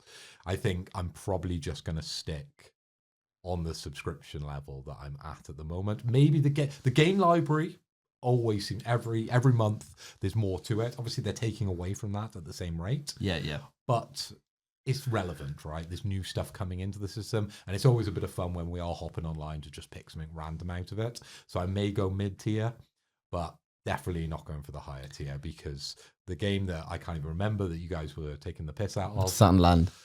No. Oh, no, Battle Sunland. Engine. Battle Engine. That comes part Quitter. of the catalogue. But yeah, the later game, that doesn't sell it for me. Yeah. All I would say is that when it comes to premium, I think now the discussion, for me anyway, has very much moved on from being like, what's in the collection, to being, do I play my Portal? I think that's the big thing. Because honestly, the streaming on the Portal is worth the difference. It's so good. It's seamless. It's so good. It won't help you if you've got a game that you're playing through that's on your PlayStation 5. No. No, You there's know? no need for it, yeah. There's no need for it then at that point. But if there's not, and you're in that situation like I was with Killer Frequency or with, well, I've fucking started Demon Souls again, any of those times, then you've got so much there for the cloud. And I think that's now, for me, that is the selling point for premium. Whereas previously it would have been, I get Resistance Retribution. You know? Sure. Yeah, I get what you mean. Yeah. I think I'm going to stick. There's no twist here because Yeah, fair. I did admit to Spencer that I may have spent some money and bought an Ultrabook tablet. So that'll be my traveling companion with me when I'm off on my works trip. So I won't need the Portal to be able to stream. So I'm not missing out on much. But No, fair. when it comes to the games that are included within the catalogue of May, I only picked out the sort of top 4, the big names that came through. So Sandland, as you guys correctly sort of spoke about, you know, it's the same art style as the DBZ kind of art director over there. It's an RPG. Am I massive into RPGs? Probably not. Even though I absolutely loved Chrono Trigger and I'm always looking for those smaller experiences to play on the go. Yeah. Am I drawn to this one? Definitely not. It's only a 71 on the Metacritic. Yes, I've done my research. Cool. Soul Hackers 2. Again, we've got another RPG. It's a high Metascore, that one, no? 74. So this has got a higher Metacritic, even though it's second on the bill to Sandland. And obviously Sandland's art style is the thing that's dragging it to be the big picture in all your tweets that you're seeing. We've got Five Nights at Freddy's, another one, Help Wanted, the full-time edition. That's the highest Metacritic outside Battlefield 5, which is 81. Five Nights at Freddy on the 80. So is there anything there that grabs me and shakes me by the noodles and says, Phil, put that money down? Sorry, boys. No. It just ain't happening. No. Do I want to play Battlefield? No. Five Nights at Freddy's? Nah. yeah. And have I got enough time for an RPG? Nah. It's just not happening. But I will be back because I need to play Helldivers. That's the thing that's going to bring me back into that subscription, because you have to pay to play online, sadly, with PlayStation. We're way past the glory days of the PS3 where PlayStation and Sony loved us. Yeah. When they were behind. They were doing nice things. But they didn't know they were doing nice things. No. It was just a common vogue, wasn't it? Everyone was doing it. Yeah, nice things. Second they found out they didn't have to, they were like, oh, sound. Yeah. Microsoft were charging for it before. They were charging for it from the off for Xbox. For gold membership, yeah. Well, it was different. It was for gold membership, though. There was different tiers. Silver was free. You can still play online. Oh, God. I miss the days of PS3, man. DLC sharing. Why can't we just have PlayStation all behind for a little bit? I'd like it. It was good for us. It was good We had times. so many good exclusive memories. games. Like, they really tried really hard. Yeah. And then now they're like, Media Market, do whatever you want. We haven't heard We're from them. never shutting you We're down. 5 years into this generation. You've made one piece of shit in the last 16 years, yeah. Once you got over the hump of them fucking you on the price of the console, everything else was sweet for the PS3, right? That's the only real big negative, was the extortionate price of the console initially. After that, we were sweet. Yeah, golden. Good times. Anyway, we're reminiscing way too much. Spence, how do you feel about the month of May? I'll tell you what, I differ from you boys. I actually think it's a great month. Okay. Do you? Yeah, I honestly think it's a really good month. Because I'll speak to what the month contains, right? So, obviously you have Sandland. Don't give a shit. Fair enough. Five Nights at Freddy's Help Wanted. I don't know how that has an 80, by the way. It's dog shit. It's broken to fuck, but it's a speedrunner's dream. It's perfect speedrunning, so it fits that category. And then for a good game, you get the Stalker trilogy, which I've only played one of them, called Pripyat, and it's a great game. And as far as I'm aware, prior to this, it just wasn't available on PlayStation. No, wasn't. No. And it was only available on Xbox since they acquired that studio. Prior to that, it was PC exclusive. I got a question, Spence, and sorry to interrupt you. Why isn't that taking the top bill, or the second to top bill, on the PlayStation tweets that are going out, if this is the one that both of you are picking out as the main game that you will be playing? I don't think PlayStation will ever put an Xbox IP as the number one top bill, personally. I think they could bring Gears to the service and it won't be number one. Oh, it would. Gears might, like, would. Stalker's not like Dude, an Xbox. It would. Yeah, if it they put probably would. Minecraft in there, it would be number one. Oh, Minecraft would, yeah. Minecraft's as much as That's that's owned by them. So yeah. I suppose Dude, the same vein it as Stalker would. is. I 100% would. If they put Doom, when Doom was in there, oh, number one. 100% it would. Yeah, but when Doom was in there, it wasn't owned by Xbox, right? No, I don't know for Eternal. I don't know, it's different. Surely different not. to that. Surely it was prior to Xbox's I acquisition. always find it very interesting when because I work in marketing, so I'm always interested at why they've made those choices. Because we do a lot, like every company, we do a lot of A/B testing and kind of, like trying to understand our customers at the end of the day, and predictions on how things will go down in certain demographics. So why particularly Sandland was the main game that was like being shown? Is it just the Dragon Ball Z connection, or what? It's not even the highest Metacritic. No. It's so weird that I think I remember. the big sell here.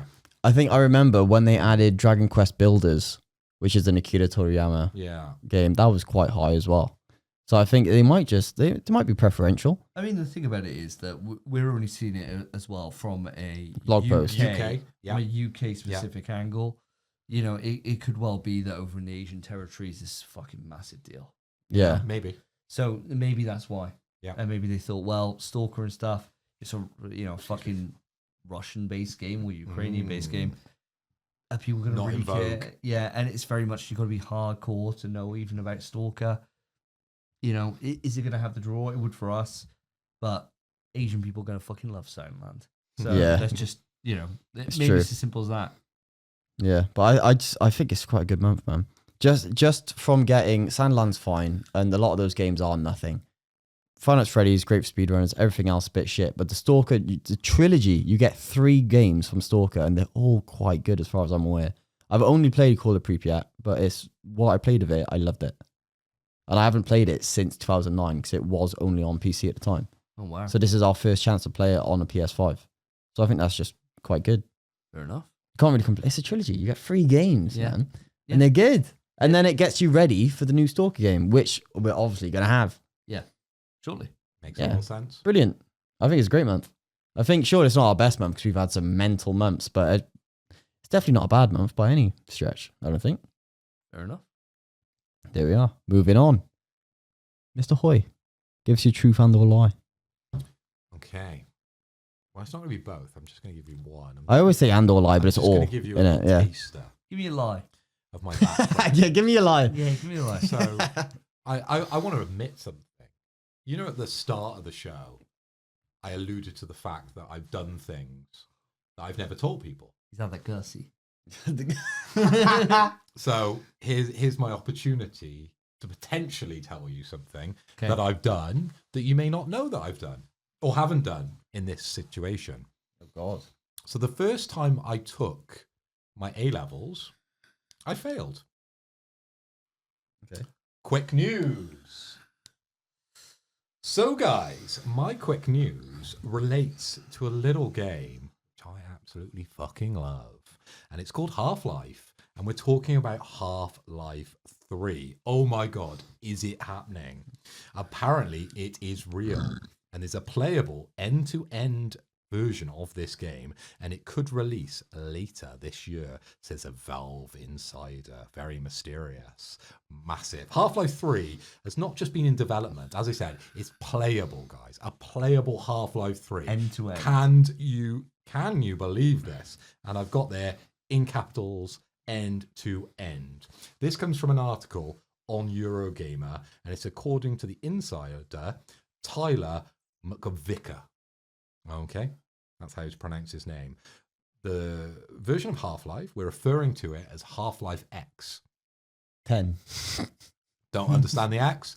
It's the third Half-Life. But this leaker also talks about the potential of seeing a future where we're going to get Portal 3 as well, and there's going to be some sort of crossover love that. with the story of Half-Life 3 and Portal 3. Oh, that'd be We're going sick. to bring that world together. Much like you see in a lot of kind of Remedies games, where they make the Remedy-verse. We're talking about the Valve-verse, I guess you would somewhat. Well, the Remedy-verse is taking a bad turn, as we found out last night.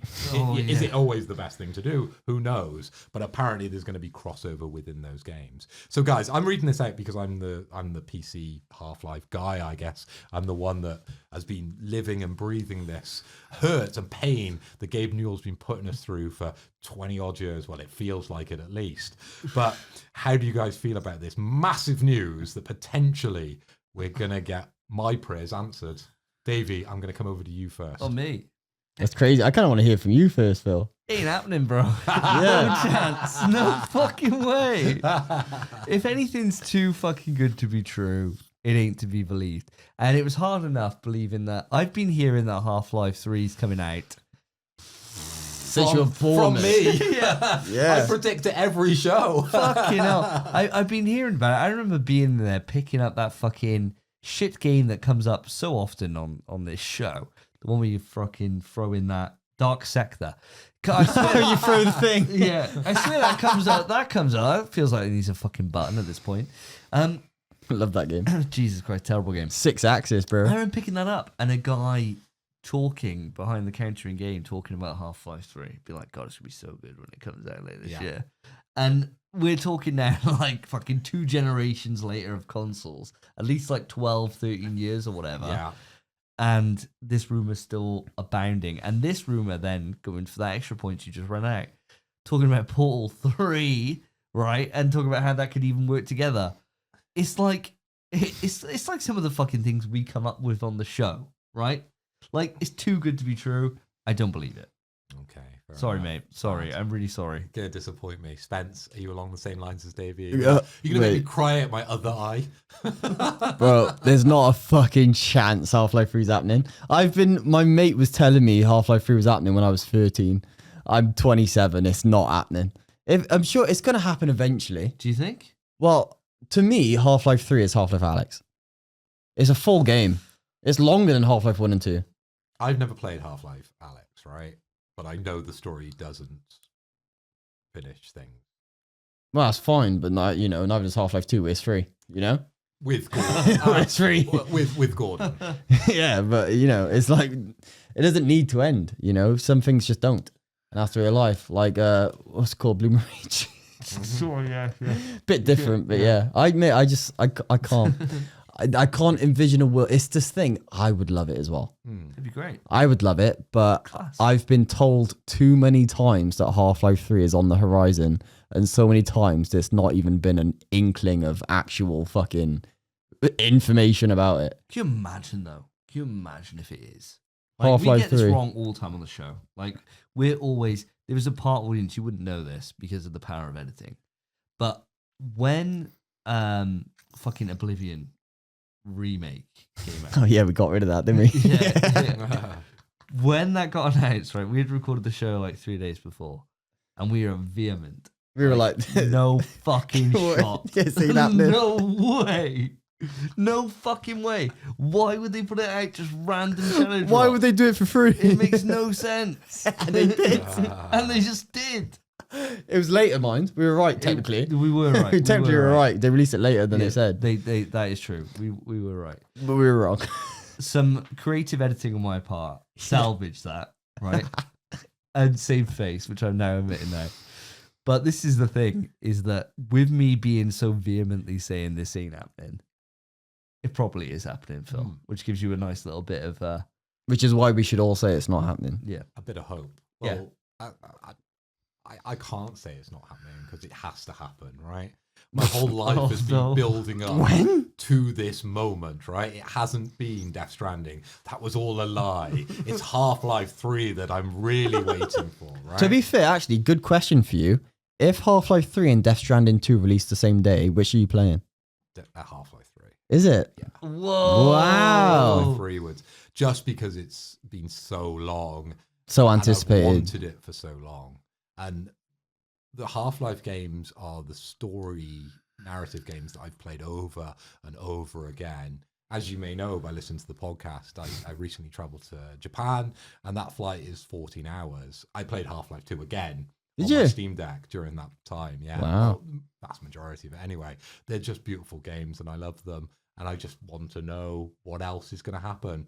As much as I arc on about VR, I still have to play Alyx and want to play Alyx, but I've just never taken the plunge. But if I know Half-Life 3 is just around the corner, then I'm probably shelling out to get the VR and find out about Alyx. I need to fill in those gaps quickly. Yeah. But the mention of Portal really, really gets me excited because you've got Death Stranding on here, you've got Half-Life 3, but Portal, man. I couldn't agree with you more, by the way. 3 comes out. I couldn't agree with you more. So, Portal is yeah. way higher than Half-Life for me. Yeah, I love Portal's what got me into PC gaming. that game would really do it for me. So I've got to believe him because I want it so much. That's I just crazy. need to will it into existence.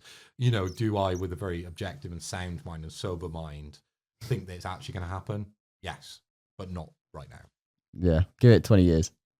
What about? But let me just carry that vibe on, right? Imagine next year we get GTA 6, we get Half-Life 3. Jesus. But Half-Life 3 They would comes never. out at the by the way. same level, and we're going to talk about GTA. It comes out at the same quality that we're now seeing, because we would expect that It should be, surely. as Grand Theft Auto. It has to be. This is what I was going to say. I was going to say, Yeah. what if it's shit? What if Half-Life 3 shot. shit? But it can't be, the same level as any other game that we're seeing outside Grand Theft Auto, it would need to meet those high heights. Yeah, it I would. think personally. I think after all the time we wasted and all the time that we've been lied to, and you've had the carrot and the stick with different games and things, and we've been led down that path many times. If it wasn't up to that sort of level of GTA, game over. I'll tell you right now, I don't think there's a world it's close to GTA. I think people would just fucking rage. That we talk about it a lot and it never happens, but I think that is the thing where shit hits the fan and people go crazy, man. Yeah, it has to. So, something as like, and that's the reason why it's, if it is real, right? The reason why it's taken so long to meet people's expectations. Yeah. And the longer it goes on that it's not there, those expectations don't wither. No, they just rise. grow, Yeah, right? they They grow. just grow. But we're going to talk about Grand Theft Auto, right? We are. And I feel where you're going with that conversation is where we We'll need see. to go with We'll Grand see. Theft Auto. Yeah. So let's pivot, I think, and move on to the next section of quick Fair. news. Very, very good. choice, Respectable, very good respectable, choice. respectable. Save time as well. Also that. Yeah, gorgeous. Davey, truth or lie, please? Okay, so my next one, my truth, or lie, all lie and See truth. what you're doing there. Yeah, little scumbag, isn't he? Little We've scumbaggery, all mate. watched Darren Brown. I was once bitten savagely by a dog. Okay. So it's a dog or a penguin? Dog or a penguin? Okay. Respect. Quick news.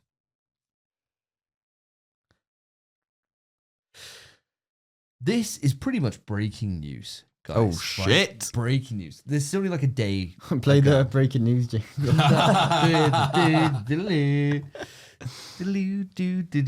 It's not that breaking. It's a day old.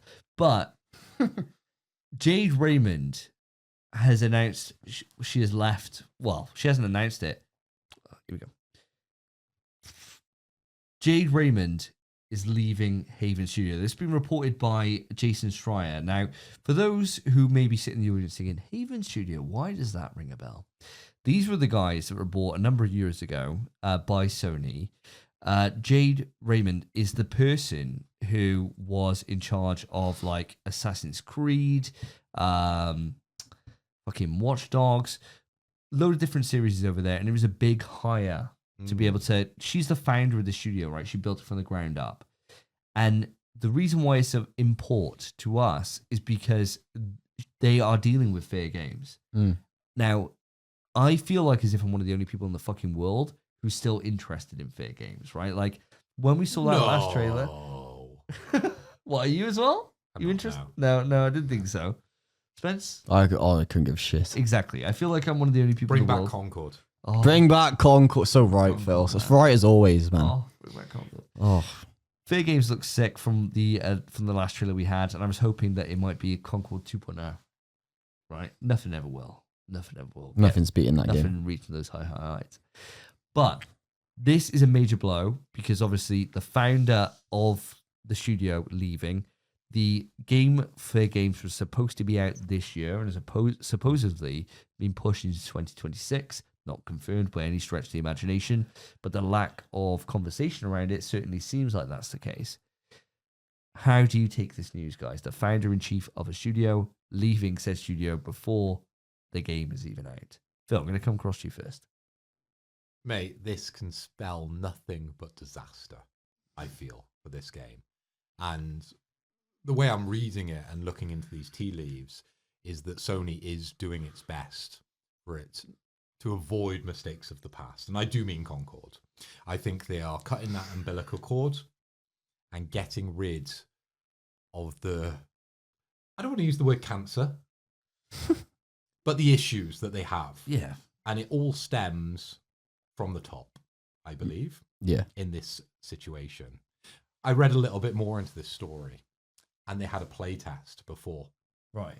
And it was very soon after she left the studio. Oh, that bodes well. That bodes fucking well. So That's class. it's not good news, is it? She's the big dog at a big studio. Sony's backing her with a multiplayer shooting extraction game, I think, Fair Games. Yeah. Was Like a bank heisty meant to game. be bank heisty. they give it to the public say no, she gets the boot.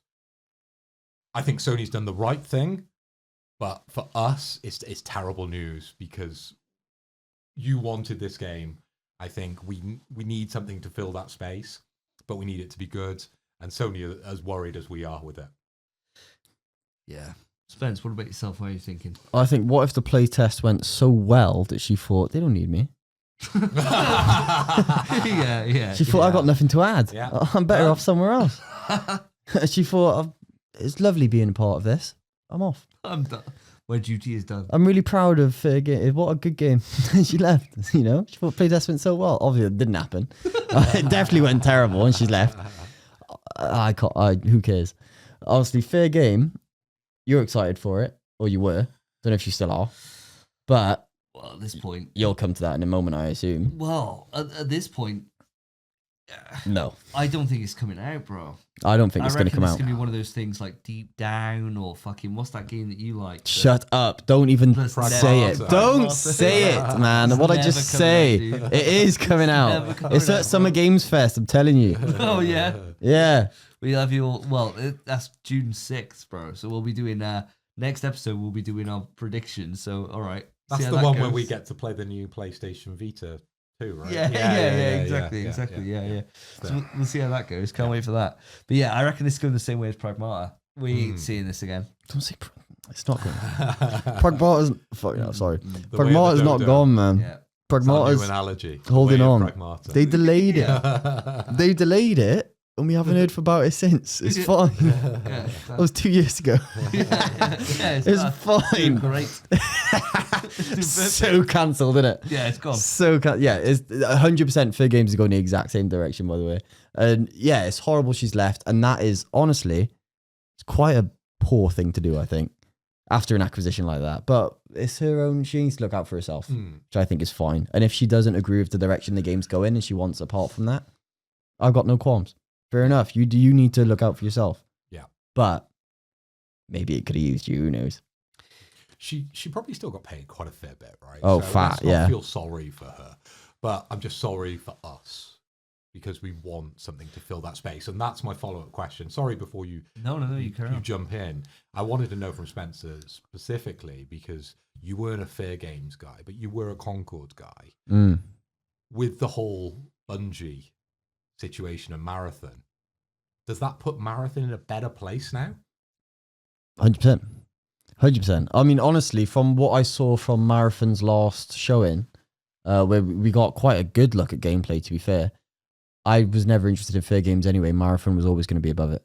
I was always going to pick up Marathon before Fair Games. I probably was never going to pick up Fair Games. I would have played it if you bought it, and that's it. Whereas Marathon, it looked great. Day one. It looks really good. Beautiful. I don't think we need that gap is going to be filled because Marathon, we know it's on the way and it looks great. So I don't feel bad about Fair Games maybe being DOA at all. So your eggs are very much in the Marathon basket now.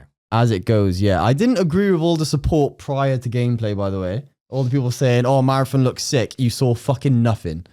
Bullshit. You had nothing to grasp onto. There was no evidence. Now this evidence, it looks great. Fair enough. It looks fantastic. I'm all aboard. Choo choo. But prior to that, I get you. Unfounded hope it was. Yeah. I get you. Now it looks great. I'm excited for it. But Fair Games, it is what it is. I think the thing for me, guys, is that it just sums up, if this game is DOA, right, which it seems very much likely the case, it just sums up this generation, really, for Sony's part. Yeah. It's been very much a case of stop-start all the time. Like, we've had, it started off with the Last of Us Online. Factions. Yeah, started with that, and we thought, fuck, that sucks. Naughty Dog wasted loads of time, loads of effort. It's not happening. Then into Concord. Then into Fair No, but Games. it's fine because Naughty Dog did a collection. Oh yeah, of course, yeah. It's fine. They put it to good use, mate. Yeah, and 2 remakes at the same time. Brilliant. Use of the time. Do you think Sony is just trying too hard? I We were already having a conversation earlier at the pub, weren't we? About if you're trying too hard to achieve something, generally you don't get it until you start to relax and forget about that stress and that pain. Yeah, because when you're focusing on it, it'll never be as good as you want it to be. Good. And I feel like Sony is just trying to have a baby that they can't have currently. They just need to chill out. The thing and is, de-stress with it. I agree. I think it is. I think it's just the thing that if they just stuck to what they know, they'd be fine. They know they make competent multiplayer experiences. They've done it in the past. I was going to say they haven't in a long time, but yeah. But they can. They can. They have hampered creativity because of the path they're pushing and the pressure they're putting on the studios, in my opinion. And I think something like, and I didn't really get to speak about Marathon and Bungie because I wasn't on that show, but you guys were right with the hype and I love it and I'm all aboard. But I think that game, the creativity's there, definitely in the visuals, but I want to see where the gameplay goes with that. Yeah. You know, has Sony clamped down because they're so hyper focused on making this a success? It's like we were talking about with Clear Obscure last episode, right? Like when you get people together that have a vision, they just fucking deliver on that vision, regardless of how it's product tested or anything else. They fucking just do it and it works.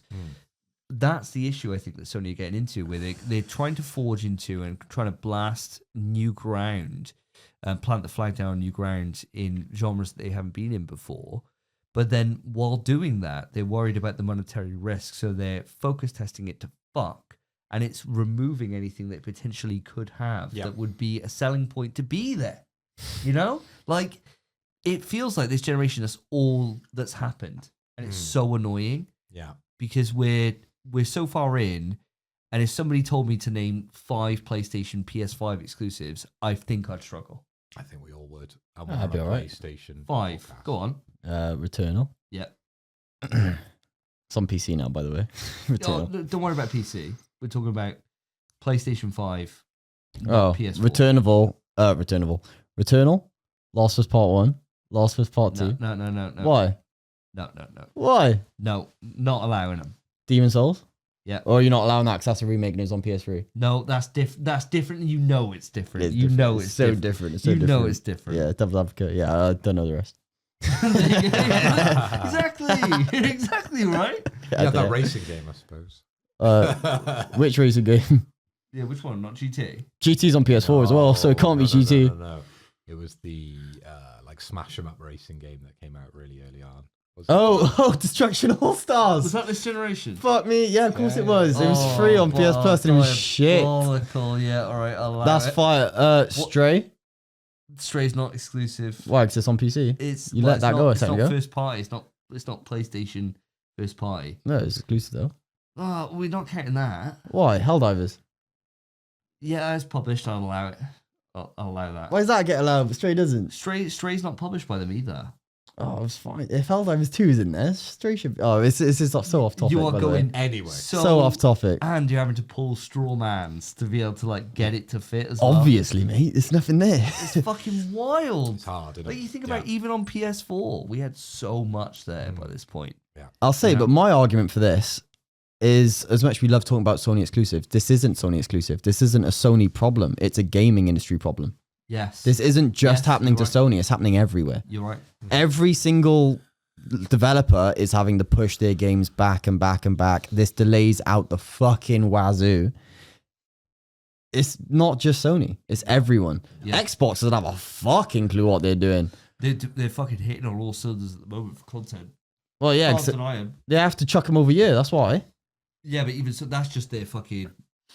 That's because everything else they've done has failed. Their monetary policy is shit, right? But in terms of how their studios are performing at the moment, they're fucking cooking. This year is fucking nuts. This year is. What about prior? Redfall. Well, they had Indiana Jones. So in the space of the last 7 months, talking Indiana Jones, South of Midnight, Avowed, Doom, and Elder Scrolls Oblivion remake. What have we had? You didn't name a single game I want to play. I'm not gonna lie. Astrobot. It's different purpose. I didn't want to play a single one of those games. That's it. Yeah, but still, regardless if they're for us or not, when you're talking about how just studios games are performing, we're putting nothing out at the minute. Nothing. We got to wait until, obviously, we got Kojima Studios putting out Death Stranding. Yep. And then we got Ghost of Yotei. Yeah, but prior to this, you're only thinking, to be fair though, you're on the wrong show, mate. You're only thinking about this year though.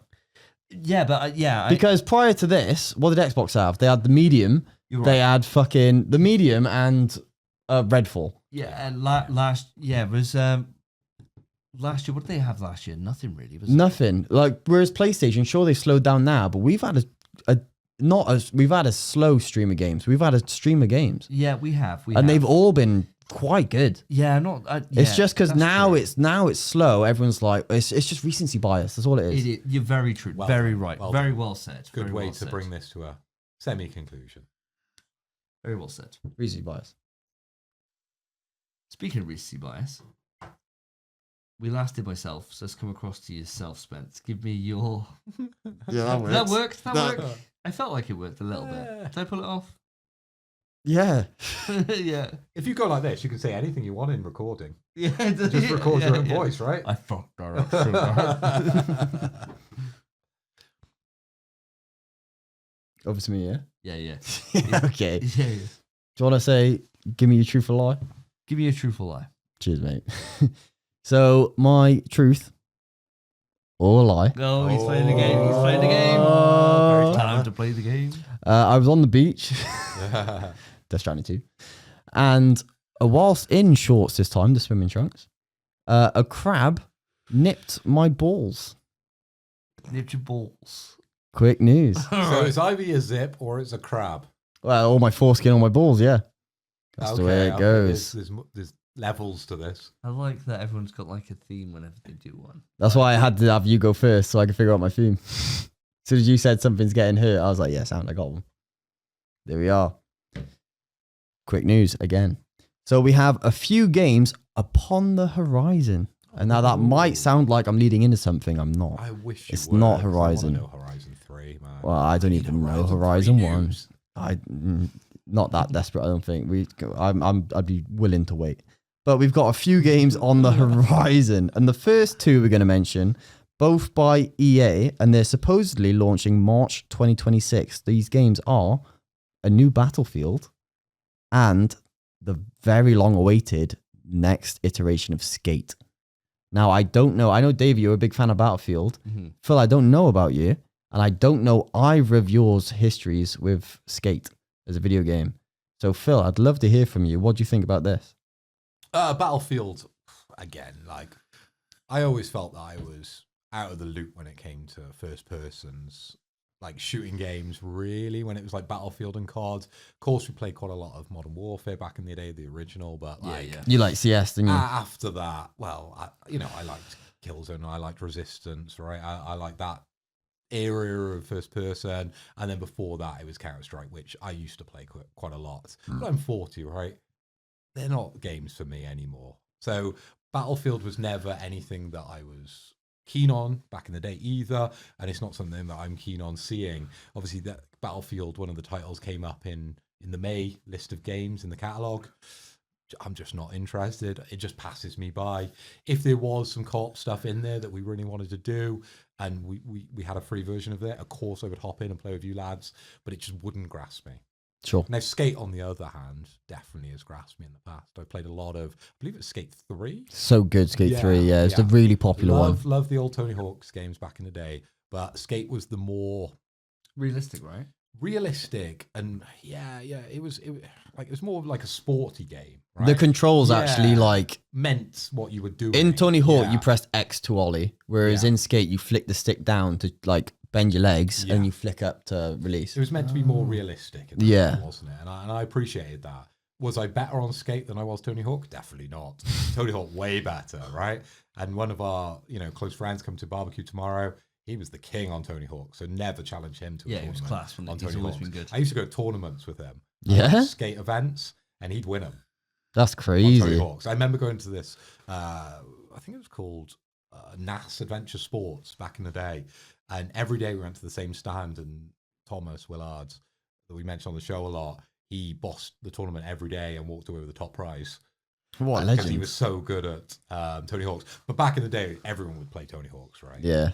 But he just understood how to string those moves together. But yeah, he used to play a lot of Skate 3 back in the day. But the news of it returning, yeah, very, very welcome. Yeah, it's been long awaited. Skate 4 has been in development for a number of years, and there was a big leak, and then there was a beta test they've done. There was loads of like groundwork. Like the beta, sure, we've played betas. The Skate 4 beta was like, it wasn't even, nothing was textured. It was like it was just blocks that you were grinding on and So stuff. it's like an alpha, basically. It was like an empty map. It was basically pre-alpha. It was like early. Wow. But they've just been working on it since. I don't know your history of Skate, mate. Tell me about it. Zero, mate. None at all. No, I played Tony Hawk's 1, 2, and 3 back in the day, and Skate. One of my mates at the time that used to go around his house, he had Skate, and I was very much tribalistic, ride or die, Tony Hawk's or nothing. Fair enough. The way I always have been. Really? Always been tribalistic. Yeah, this guy. Yeah, I know. Yeah. So it's just I've never even given it the light of day. So Damn. unfortunately, mate. Yeah, can't really come to me on this one. What about a new Battlefield? New Battlefield. I mean, I remember speaking about it on the show. It might have even been on my solo. I think it was on my solo episode. I am so in for this. The footage that's been coming out. People signing NDAs, not giving a fuck. Thank God for them. Thank God for them, because it looks fucking amazing. That's the same as the Skate leaks. That's how I know about the beta and shit. It's the exact same thing. It looks so good. And the thing is, this news originates from EA earnings call. And they was basically saying that now that GTA's, which we'll come to shortly, now that GTA's date has been Yeah. announced, it means that they can move projects up. Because they were moving them back to get out avoid of the way. GTA, and now they've given them enough leeway to. So this speed is up. saying that what this statement says, it says by March 26th. That's because that's the end of their fiscal year. Yeah, of course. So it means they can come out before then. They're confident they can get Battlefield out earlier, like way earlier. The issue is So we they're may even always see it this confident. year. Okay. That's the problem, yeah. So They were confident with the last iteration of Battlefield, and when they did release it, it was a hot fucking mess. Yes, that's very true. So we got to hope the lessons have been learned. But from what I've seen in the alphas or in the beta footage so far, it's been so fucking good. Like full proper building, complete destruction, which is what you want on Battlefield. And it looks like a return to form from what I'm seeing so far.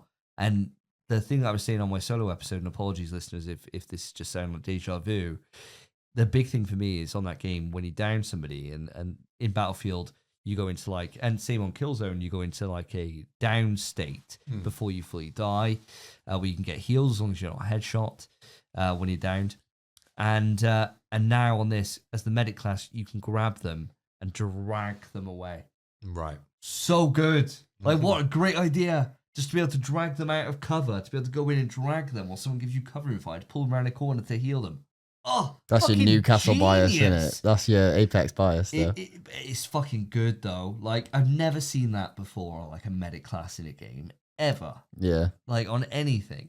And I'm super keen for it. So Battlefield's a day one for me at this current rate. Obviously, we've got to see more. And I'm sure we're going to see a huge amount of it at Summer Game Fest. Yeah. Confident as hell about that. But yeah, Skate, unfortunately, just don't give a fuck. Damn. What a shame. Yeah. I I mean, believe it, though. yeah, fair They're enough. coming. They're coming. Fair enough. For me, Battlefield, I'm kind of siding with you, Phil. I don't really give a shit about Battlefield. I like it. I really enjoyed Battlefield 3. I adored Battlefield 3. I thought it was brilliant. But then just the last Battlefield release, there's not a world I'm buying a Battlefield game day one. Not a world. Yeah. I at least have to see gameplay or wait till it's patched. Because if they're confident they can get it out early, that's not what I want to hear. I get you. Worries you. I'd rather hear the game's done. Yeah. I'd rather them say it's finished, we're ready to push it out, rather than, oh, we can get it out by then. Yeah, of course we can. Of course we can. Work. Yeah, go. And they're just going to miss stuff. That's just the way it goes. It's what happened last time. Yeah. So I have zero interest in the next Battlefield, at least until I see it, like, on a proper scale. And as Skate goes, I adored Skate. I sweated Skate 3.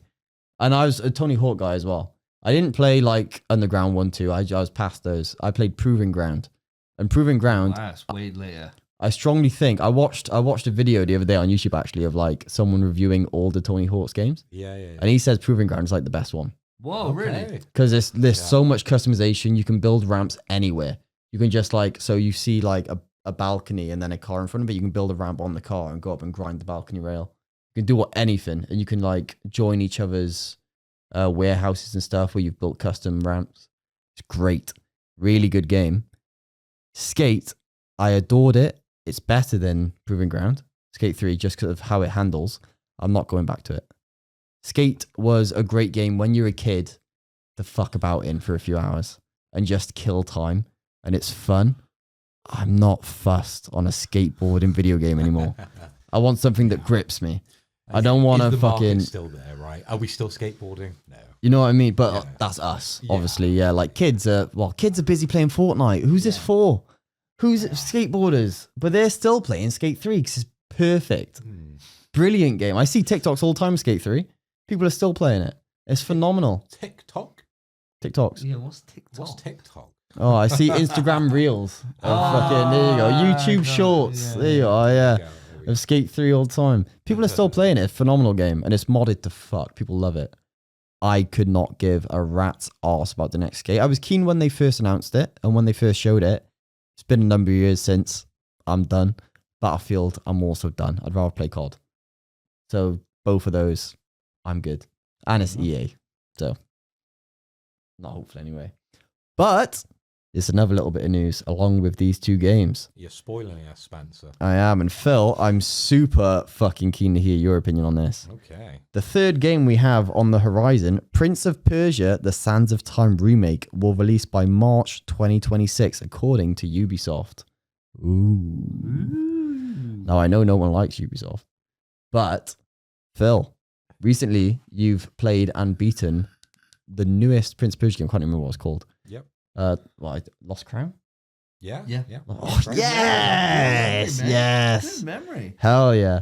So you've played and beaten Lost Crown. How do you feel about the new news of Sands Time remake coming up? Well, you say no one likes Ubisoft. I think you can put a caveat on that. No one likes Ubisoft outside of the Prince of Persia games. Because I think there are some good Prince of Persia games, right? And I'm not just talking about the recent one, which was absolutely stellar. And I think that got a lot more eyes on the franchise. And I think because it got so popular, and of course we got some DLC with it, which again was absolutely incredible. This is why we're seeing remakes coming back now of the original games. And I'm up for it. I'm open to it. I'd love to replay these games. So bring me more. Hell yeah. Really happy about that news. Fantastic to hear, mate. Davey, I know Phil got you onto Lost Crown as well. Mm-hmm. I don't know if you finished it. Did you? Nope. And that's not the game's fault. That's just been. I remember you saying you loved it. Yeah. I really enjoyed it. Yeah. It's just it didn't work. The type of game it was just didn't work on the portal, and that's how I was playing a lot of my games at the time. So it just is what it is. Yeah, I mean, Prince of Persia, Sands of Time. When it got announced that they were remaking it, it was a big deal. We reported it on the show. I remember seeing about it ages ago, by the way. A long time ago. I need to see it. Yeah. At this point, like seeing this out by March, awesome. I need to see it now. You know, it's just that thing. Like, I really liked that game. That game on PS2 was fucking sick. I was going to ask you boys this. Have you both beaten Sands of Time? Yeah. Definitely, you surely have, right? And the Warrior Within, the sequel to that? Yeah. I've got them both, so yeah, I have completed them, Yeah. I'm just... Because there's been so many. There's three that stick in my mind. Yeah, Sands of Time, Warrior Within, two thrones? What was it? It's two halves of you. I didn't play that one. It was good, but it was hard. Didn't play that one. Definitely really played Sands of Time and Warrior Within.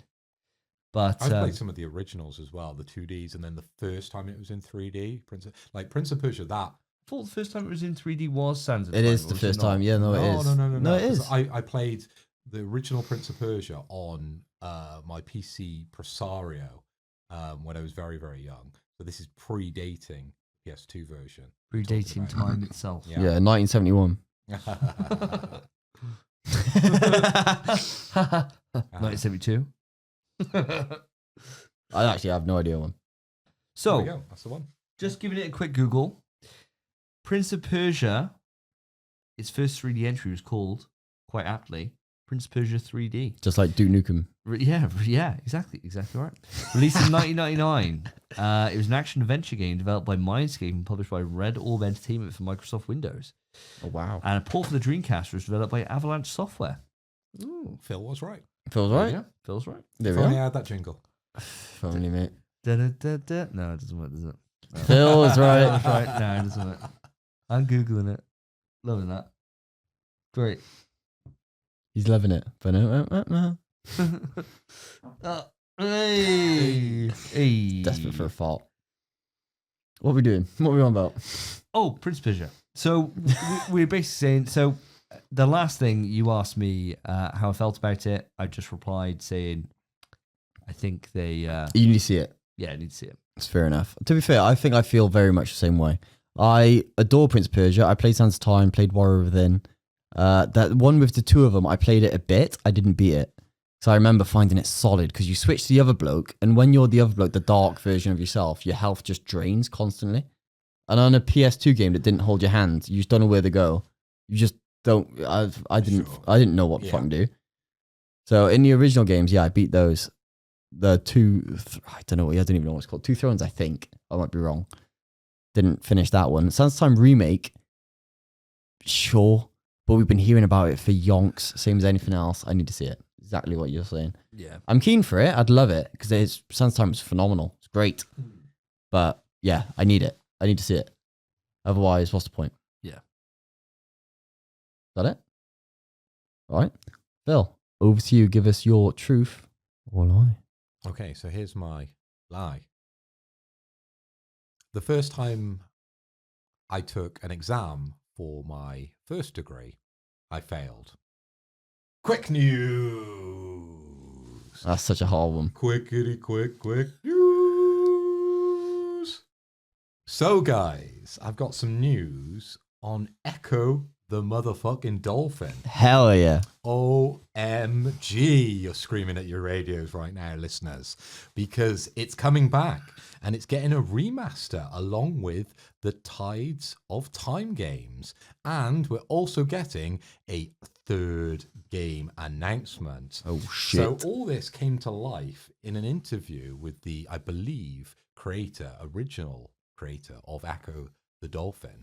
And he was saying that they're going to remaster the two original games and we're going to come out with a third game very, very soon. And if you go to eccothedolphin.com, you have a countdown on the website. Never did they? Underwater music that plays in the background. cool. Never. So you can sit looking at a number that's counting down for a very, very large number. I believe it was in the hundreds of thousands at the time I saw it. So I'm not going to be sitting there. But you can enjoy that music and it is for free. So as soon as that goes close to one, you know I'm going to be there ready for Ecco the Dolphin. Now, casting my mind back, because I threw my iPad on the floor because I couldn't get my notes up, I believe the original Ecco the Dolphin, and please correct me if I am wrong, came out in 1994 on the Mega Drive. Definitely Mega Drive. Definitely Mega Drive. 1994. There we go. There it is. Spencer just brought it up on his phone. And then the Tides of Time, which was the second edition of Ecco the Dolphin, came out 2 years later in 1996. So it's a very quick turnaround. So I don't know why, because I remember them being very, very popular at the time. There wasn't a third. But apparently we are now getting said third game and we're getting remasters of Ecco the motherfucking Dolphin. How do you boys feel about that? Now, Davey, I've been coming to you first quite a lot today. We've been switch reversing things as we like to do. But Spence, I'm going to come to you just to catch you off guard with this one. How do you feel about young Ecco the Dolphin? I'll tell you what, I love Ecco the Dolphin. Hey. I actually love Ecco the Dolphin. I'll tell you what, I've never even gotten close to finishing an Ecco the Dolphin game because I was too young to know what the fuck I was doing, or even just know what the fuck I was doing, because those games confusing as fuck. Don't tell you what to do at all. They just say, you're a dolphin, swim. Yep. And that's it. And all I remember is doing little spins, and then if you built up speed, you could fly out the water and do a flip. And I loved it. Did you get the sonar? Oh, fuck knows. I don't know. Fuck knows. Yeah. But I'll tell you, I've just looked up how much time is left on that thing, and it's roughly 310 days. Oh, well, there we go. So within the year, not within the year, Something to look forward to. early next year, I'd assume, we'll get Ecco the Dolphin free. Wow. Damn, am I picking that up? Nah. Ecco the Dolphin, why? I can't believe the creator of Ecco the Dolphin is still kicking about.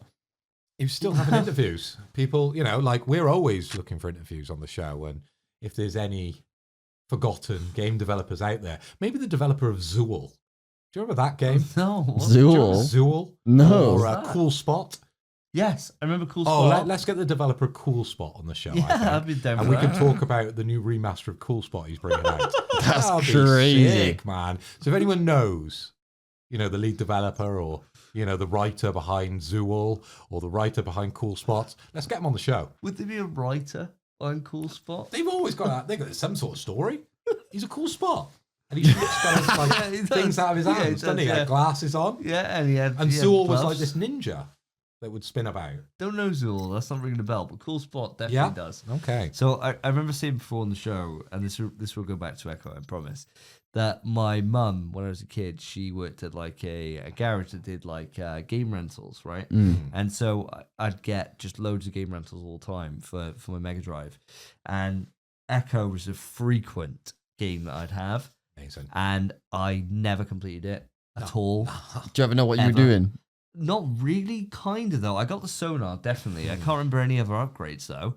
And I remember a killer whale being in there, I don't remember that at all. but that's it. I remember never beating it, never really knowing what I was doing, and I don't really care. You know what I mean? About Yeah. feedback, So you know? agree with you so Like, much. I was only saying, weirdly enough, I was only saying to Karen the other day about Ecco the Dolphin. We were talking about like old games and systems. And we were talking about Mega Drive, and I was like, "Oh, what about Echo? Do you have Echo? Like everyone had Echo." She was like, "What's that?" And I was like, Wow. "Oh, so you're a fucking dolphin?" She's like, "What'd you do?" I'm like, You're a dolphin. What do you mean? You're Dolphin about? You're just chilling out as a dolphin, just Yeah. running around. I don't know. Causing echoes. I don't know what you did. Did you ask about Altered Beast? No, Fool. no. I never want to think about it, to be honest, mate. That's crazy. You loved it. But yeah, I mean, this news, Echo, cool. Bit like Zool, I suppose. I know right? Zool. I do not know that. I recognise that. I don't think I ever played it, but I recognise it. Definitely. You were not. deprived as a child. Your mum knew that was in the video shop. And she got you Ecco the Ecco the Dolphin. Dolphin. Class. That's suitable for my child. But yeah, I don't really care. If it comes back, cool. I'm happy for those that love it. Echo's, regarded. People absolutely adore it, right? Good for them. For me, I'm cool. Honestly, I think all the people that regard it highly have moved on to better things. Well, hopefully. If they're gassed for Echo 3, play something else. That's like asking for Half-Life 3 in 2025. It's not, mate. It's not even close, Mate, by the for way. the Echo fandom, it would be. Imagine that. All 6 of them? Imagine just sitting there since Echo 2, like waiting for Echo 3. 1996. Yeah. There you are, 20 Well, years the later. developer didn't need to make that website. He could have just DM'd the fans. 20 years. 30 years. 30 years. 30 yeah. years, yeah, sorry. Yeah, 30 odd years. And you're like, oh my God, finally. Finally, someone's interviewed the Echo developer. God, I can't wait to hear about it. Oh, and that's what's made him make Echo 3, that he's one like, interview. Yeah, fuck it, I'll do it. Oh, yeah, fine. I'll bash this out in a fucking day. Echo. What do you reckon? You're going to buy it? I probably will. I quite like when they bring games of my past back. Yeah. So a bit like when Alex Kidd got his, Miracle 3D World. Oh, Yeah, Alex Kidd and the you know, Enchanted Castle. like I think that came on the PlayStation service, but that was one of the 20 quid throwaway games that I have on my shelf. So of course, if Echo's going to release at that sort of price point, I will 100% buy it. But if it's going to come out, it's going to be 40, it's going to be 70 70 quid for 70 Echo quid, 3. then yeah, it's probably going to be a miss. But, Jesus. price it accordingly, but I want a physical edition. I want it all on one disc. I don't want to be buying multiple. I don't want to be buying special editions. I don't want to be buying steelbooks in this case. I want to pay 20 quid. I want all games. So I want the remakes and I want this new third Ecco the Dolphin. And you'll get 20 quid off me for this one. That's where I would price it. What if it was like a proper AAA Echo 3 with collector's edition? The and dolphin looks fucking sick. Yeah, it looks so good. It's like Unreal 5. And the collector's edition, you adopt the dolphin. And it's VR, and you have to crawl into the dolphin suit, right? Put your hands out. You got the VR like that, and you wiggle around. That'd be sick. And I'd you buy can that. Flip around. Yeah. That'd make me buy it, man. Yeah. That'd make me buy it. I'd buy it Echo then. 3. Yeah, the Echo 3 going Sick. beyond reality. Become the dolphin. Well, tides of time. Now you're becoming the dolphin. Oh yeah, you could put so many things in there. You could be like, the tide is rising. It's time for you to become the dolphin. Become the It's dolphin. a- First, you played as a dolphin. Echo 2, you went deeper into the dolphin verse. What if it's like you just keep going Echo deeper 3. and it's like it becomes a horror? It's like there's an echo in the darkness. Oh, an echo's coming for you. Yeah. Oh. And you're just in the trenches and it's like horrific. You're that killer whale. Yeah, that'd be sick. They've really twisted things around, and Echo's hunting you as a person. Yeah. Yeah, That'd you're be just a heat. man swimming. Yeah. Shit. It's Dave the Diver, but Echo's after you. Swim! Thank God thank God I'm on land. He can't get me. Echo gets a new power up. He's coming on land. got legs. He's just Yeah. running. Yeah. The issue is as well, if you're on the beach, if you're in the water, you're going, dolphin. It was like, oh, it's a dolphin. Yeah, he's nice. It's not like you're going, shark. You're going, dolphin. There's a dolphin. Everyone's like, oh, I love dolphins. 30 years and he has evolved. Uh-huh. Yeah. Uh-huh. He's coming for blood. The Echo. That'd be class. Only in VR. PSVR 2. I'd Brilliant. flop so hard. yeah, great. Cheers. Well, with that, should we go through our truth and lies? Yeah. Hell sure. yeah, absolutely. Sure. All right. So I'll kick off, guys, if you want. So in terms of mine, my two truths and one lie is that I was bitten by a penguin. Yep. And I was savagely bitten by a dog. Because we've all been bitten by a dog, by like a little playful dog, you know, little nip or whatever. Savage bite. And remind me, how many questions can we ask? Is it just You one can each? ask me if you like, I think. So we did. I'm gonna treat it as the same incident. Where did they bite you? For each one. Oh, were they different places? Yeah. Oh, different okay. So place. there's more story for. Oh, for us. yeah. So let me know the location, Sure. right? And where the penguin bit you. Sure. So we were at Chester Zoo, and so we were there, and we went to a one of the things where you can feed where the animals being fed. Yep. And so we had Cassie was a toddler, so he was probably 2.5, 3, something like that, maybe 3 at max. Me, Lottie, and Cassie went, and they said, "Do you want to feed the penguin?" So we're So like, you're like, hell we're yeah. like, yeah, we do. And they were little tiny. Damn. They were like those little tiny penguins Yeah. here with the eyebrows. Oh, the right? rock hoppers. Oh, the emperor ones. Yeah. No, not they're big. Emperor Yeah, ones. emperors are big. These are little ones, the little ones with the eyebrows like Okay. this. And so what they do is they go in, they pull a penguin out. So they basically like Full of penguin. I don't Full know of what they do. penguin. They get it in, it goes into a little paddock, and then you go in there and you're with the keeper, Yeah. and then they basically give you gloves. You put gloves on, grab the fish, and you put it out. That's important penguin bit you. information. So where did he bite you? Legs. Didn't you have wellies on? No, I didn't. Oh. Keeper did. Yeah. I didn't. I just had my shoes on. They don't give you wellies. It's like 5 minutes. Because I've fed penguins. Have you? Where to? Disneyland. Oh, it's Well, pretty not different Disneyland, there. but like Florida. It's different there. This In was SeaWorld. UK. Yeah. So this was like this was one of those things where we're all in the crowd watching Yeah. them feed them at like Mhm. like 1 p.m. on the day that you're there, like that you're feeding. And they said, "Does anyone want to go?" And they just pick people out of the crowd. Oh, okay. So it wasn't like a planned thing that we Right. paid for or whatever. Okay. It was literally like you're in there, you feed that penguin, you go like 5 minutes max. And then do you want to ask about the dog? What breed of dog was it, mate? Like a Labrador thing. I don't know those very well. The amount of information you gave us for the penguin, right? So you're either trying to protest your cards, I'm being serious. right? Because I can't remember. you have fed penguins, but you weren't bit, so you know a lot about penguins. Remember he wasn't wearing wellies. Yeah. So It's a weird factor. the difference is like this was what like 3-4 years ago that I fed penguins, whereas when I was bitten by the dog, I was a kid. Right, well, one of them's not true. So, Are they not? Well, he definitely fed penguins, but did he get bitten? So with the dog, it was a brown dog. I remember that. A brown Labrador. it's not a single Labrador that's brown. I think it was a Labrador. Literally impossible. Is it? Yeah. You get black or golden. Oh, it wasn't either of those colours. It was brown. Okay. Yeah. That's it. So the story with that one is I went round to my neighbour's house, who was called Percy, which is an older guy. So he was older than my parents were. So he was probably in his 60s or whatever my parents were were in their 30s at the time, and went round to his house, and they had 2 dogs. And as I walked in, the dogs were like barking, but they were always barking. And then it just went for me. It went for Where me, though? Where? and it bit me on my leg. Again on the leg. So you know Yeah. earlier I said, "Where did they bite you? We'll treat this as one story." Oh yeah, you could have just both said. Yeah, probably could have the done. Yeah, leg. and I had to get picked up. I remember getting picked up. Do you still have the and scar? dog no, I got no scar. From the penguin or the dog. No scars. Was it different legs? I don't know. I can't remember. I can't remember which leg I was bitten on by the dog. Which dog? The Couldn't tell us the penguin colour. was on the right. You're just hoping. Also, what are you doing going over this 6-year-old's gaff? It's just what I used to do. Who's Apparently. Percy? It was my neighbour who lived next to my parents for a long time. Died when I was still young. Died before I was 10. So he was a family friend. Kind of, yeah. Sure. That you used to hang out with.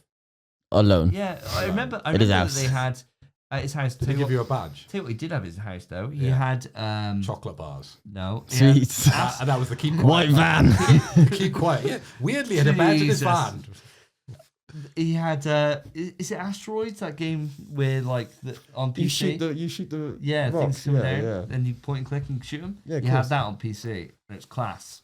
I loved it. PC when you were a kid. You hated PC. You. Okay, Spence. Where do you want to go on this? I'll just go the opposite to make it fun. I think the dog's bullshit. Okay, I have to say the penguin's bullshit. I'll give you first go. Okay. Penguin's bullshit. Yeah. Never. Yes, there it The is. dog's real. Yeah, dog's real. What? You got no scar? No. You couldn't was savagely bit then. Well, it's pretty bad, bleeding and stuff. Remember that? Christ. Can't have been. I don't know. Oh yeah. Who knows? But you fed To be fair, penguins, I right? couldn't know. Yeah. Because it did sound Yeah, like and it was biting the keeper as well. He's like mad. I know. Yeah. Yeah, it didn't Wellies. bite us, but it was Yeah. biting her while he's like crazy. Yeah. I would have gone penguins, but I just wanted to make it interesting. So That's yeah, fair. It's worked out well. To be fair, I didn't. To be fair, you've Yeah. always said you fucking would love a dog to go for you, so you could lamp one out.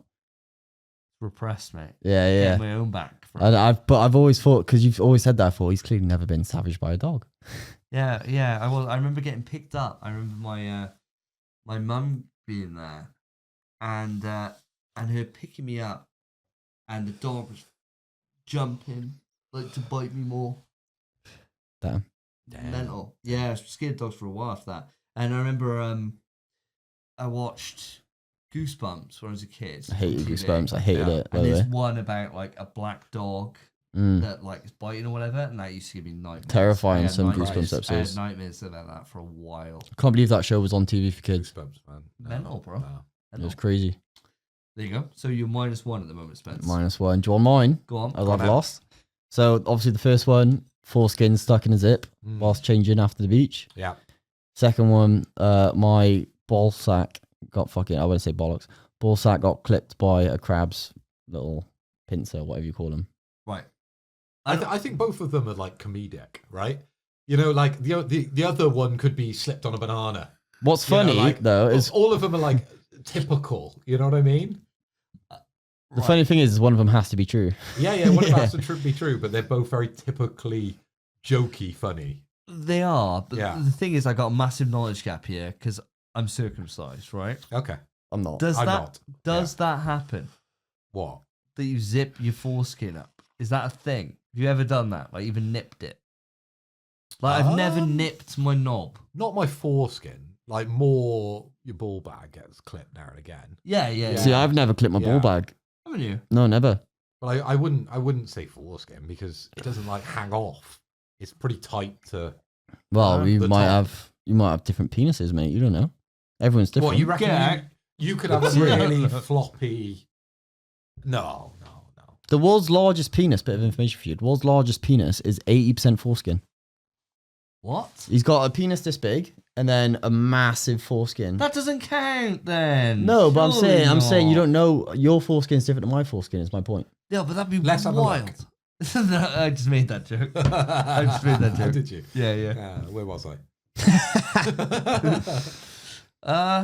Right. Tell me about this crab then, mate. How did it get?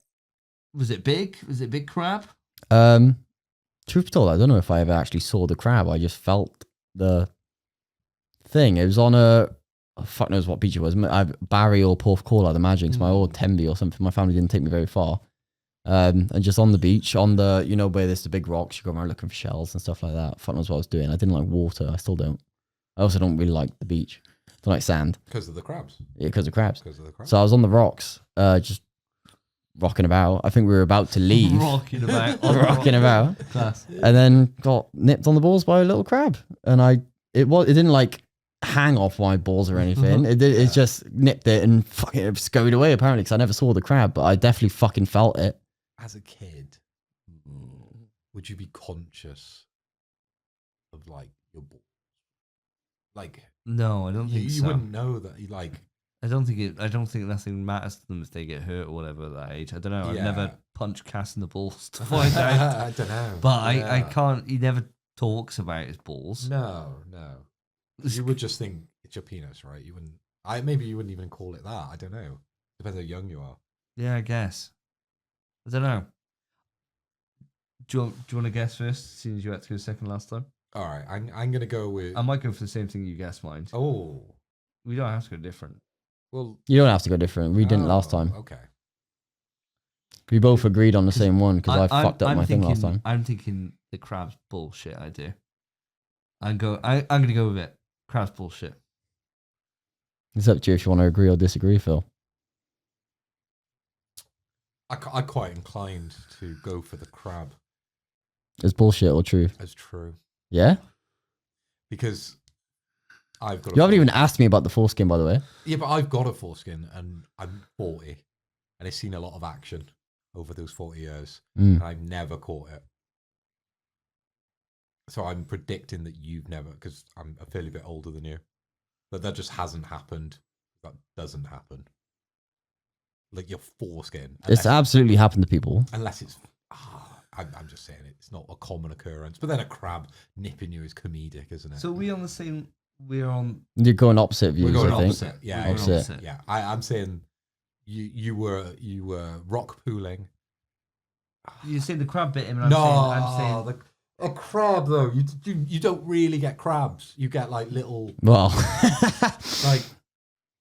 it's a lot. We're thinking like, you know, when you order a crab for food. Oh, I'm not thinking that Like, size. I'm thinking like a little tiny crab. Yeah, that's what I'm thinking. But surely you'd feel Nipping this little it. tiny- You'd feel it go up you. Like you can feel a spider on you, let alone a fucking crab. And how would you notice balls? You wouldn't know if you were a kid. All right, okay, I'm going to say Miss Davey. I think it's the zipper. idiot. You shouldn't listen to him. You shouldn't have swayed your mind. Balls. Crab. True. Really? Whoa, no way. Really? Yeah, and as a kid, it doesn't matter if it's your balls or not. It's like, I got snipped in the balls. My balls hurt. It doesn't matter what they are or what I thought they were as a kid. My balls were in pain. Wow. That's wow. mental. How big Yeah. was this crab? Oh, I said I never saw it. I never saw the crab. All I know is I freaking got snipped on the balls and I was bleeding for my balls. Really? Oh, nuts. Yeah, It it's- made you bleed. Yeah. Oh, nuts. There was a bit... Yeah. Yeah, there was a bit of blood sticking out, and my ball, it was just stinging for fucking hours. No way. And it man. was like, made me, like you said, as a kid, you don't really know, it made me Yeah, yeah. hyper aware of my balls Yeah. for like years. Wow. Jesus. Wow. So I was terrified of my balls. Every time, like the zip thing you've said, where it doesn't really happen, Yeah. for the number of years after that, I would make sure I'd like pull my trousers up away. Oh, I should Because I was have like super conscious I of my thought myself out genitalia. of that really. Yeah. It does sound unrealistic, though, doesn't it? Well, they both feel unrealistic to me. Yeah. Yeah. Well, you didn't even ask about the foreskin one. Foreskin one's bullshit. Yeah. Yeah. The foreskin one never happened. But it does happen. It has happened to people. Okay. Just not me. Well, now I've got a new primal fear of the beach that a crab could go up and bite my balls. I think, wouldn't like you know. said, you'd feel it on you. I think I was Yeah. like sat down like this, so it just kind of tucked into my trunk. Yeah, So yeah, it wasn't yeah, even yeah. on my leg. Yeah. It just kind of tucked in like and just it went. in. What Yeah. a dickhead crab. You know what I mean? Yeah. What dickhead? Ruined my day at the beach. Why did you do that? Ruined. I had a great day. I was about to go home. He goes into your fucking swimming shorts and bites you, nips your bollock for no reason. Yeah, we got What back a to caravan dickhead. and I'm fucking naked, showing my mum my balls, being like, I got nipped by a crab. What a I dickhead. was fuming. I've probably only like, Mate, how long do crabs live for? Oh, it's dead. It's got to be. let's go and fuck Actually, him up. crabs lived for a long time, I think. Oh, not for long. I think I was 7 or 8. It was a long time ago, Okay, but I vividly remember it. Imagine how big that crab is now. Yeah, he'd be big now. Yeah. Oh, yeah. You probably don't want And to mess with him. he'll come back for those balls again. Oh, mate, if he tries, I'm meeting him. Yeah. Grabby. We've always talked about the crab lady on your balls, mate. I've had her. It sucks. Next time we do anything about Pokemon, Krabby, it's going to come out. Crabby. Kingler. Hell yeah. Yeah. He would be a kingler now. He'd be big. Yeah. He'd be a big boy Evolved now. form. He'd be Massive, big. yeah. He's been clipping balls, isn't he? He's doing vasectomies on the side hustle, bro. Yeah, I'm fuming. So what about yourself then, Mr. Toy? Give us yours. Right, I got to remember them rightly now. So does this make me +1? Uh, So I was -1. You both got them wrong. yeah, I'd say yeah, but it gives you an advantage, definitely. So you're both If there's a tiebreaker. Yeah. Yeah. sure. I don't really know how it works. Yeah, I haven't figured out. Basically, if we're all like -1 into this, you got away with your lie. Mm. So I'd say you win. You're 1 right, 1 wrong. You're Both wrong. I've only done one. Oh, well, Yeah. one wrong. 1 wrong, and that was you. All Yeah. right. Oh, sure. So And Phil's you on the got it level. right. I'm currently -1. You're currently now. Minus. I got 1 wrong. This is my chance to get one Yeah. right. Sure.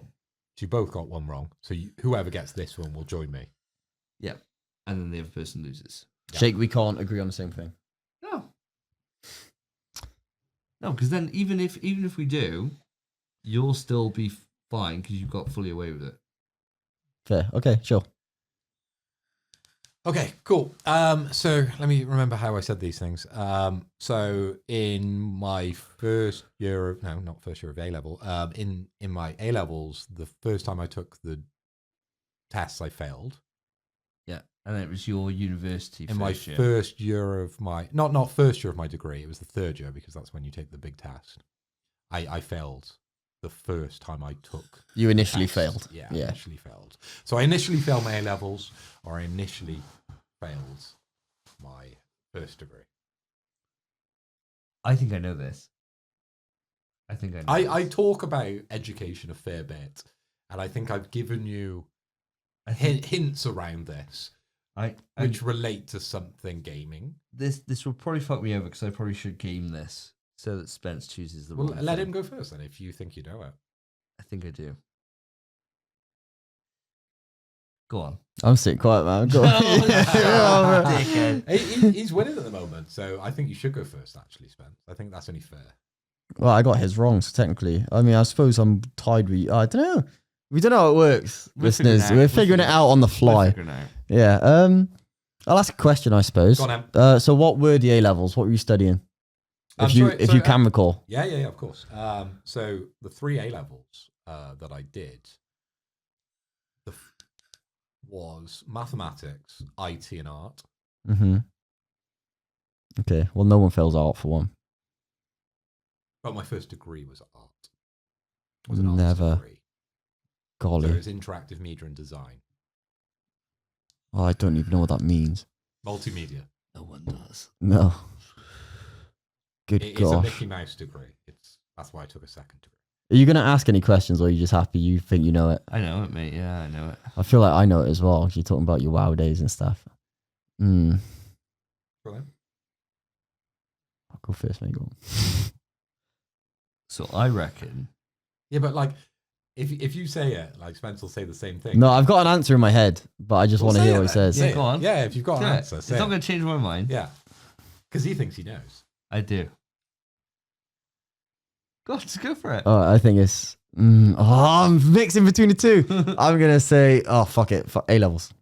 Fucking dick. That's what I'm going for. So the reason why, I'll give you my rationale, that you failed, if I remember right, or you were going to fail your first year of university, and Mike did fuck up his third year, if I remember right. He failed his A levels. He failed his A levels. Yeah.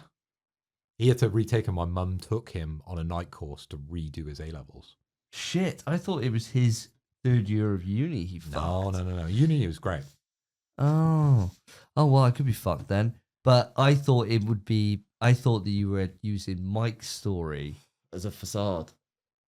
to do the uni one. But I know that you had stupid game time in uni. I did. See, that's what I know as well. Stupid That's what games, I was like, thinking as fucking, well. Like more hours than there is in uni. Yeah. I switched last minute, but I was going to say uni. I'm committed to A levels.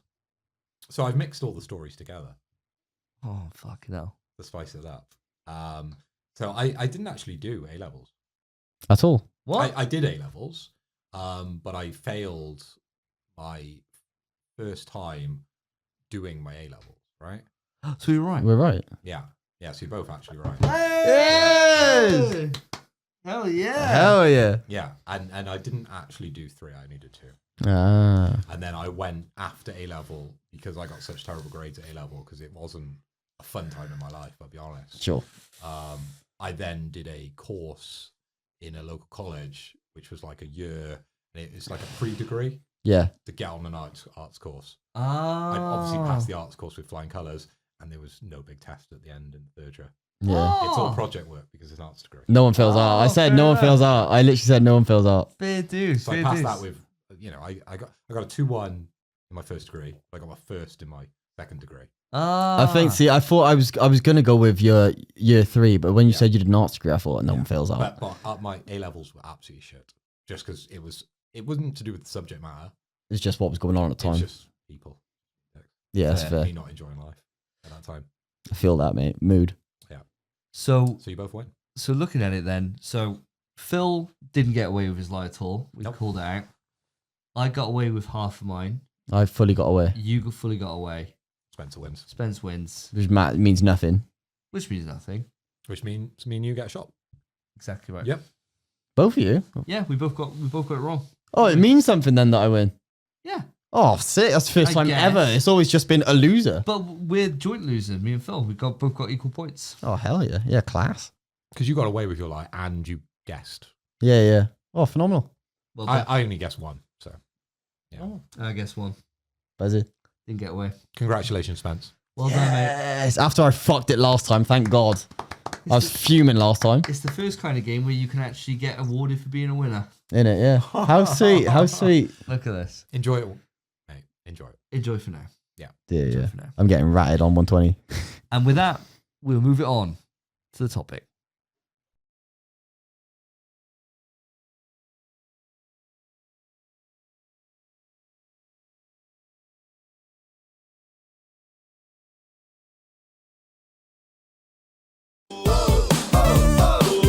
Stop!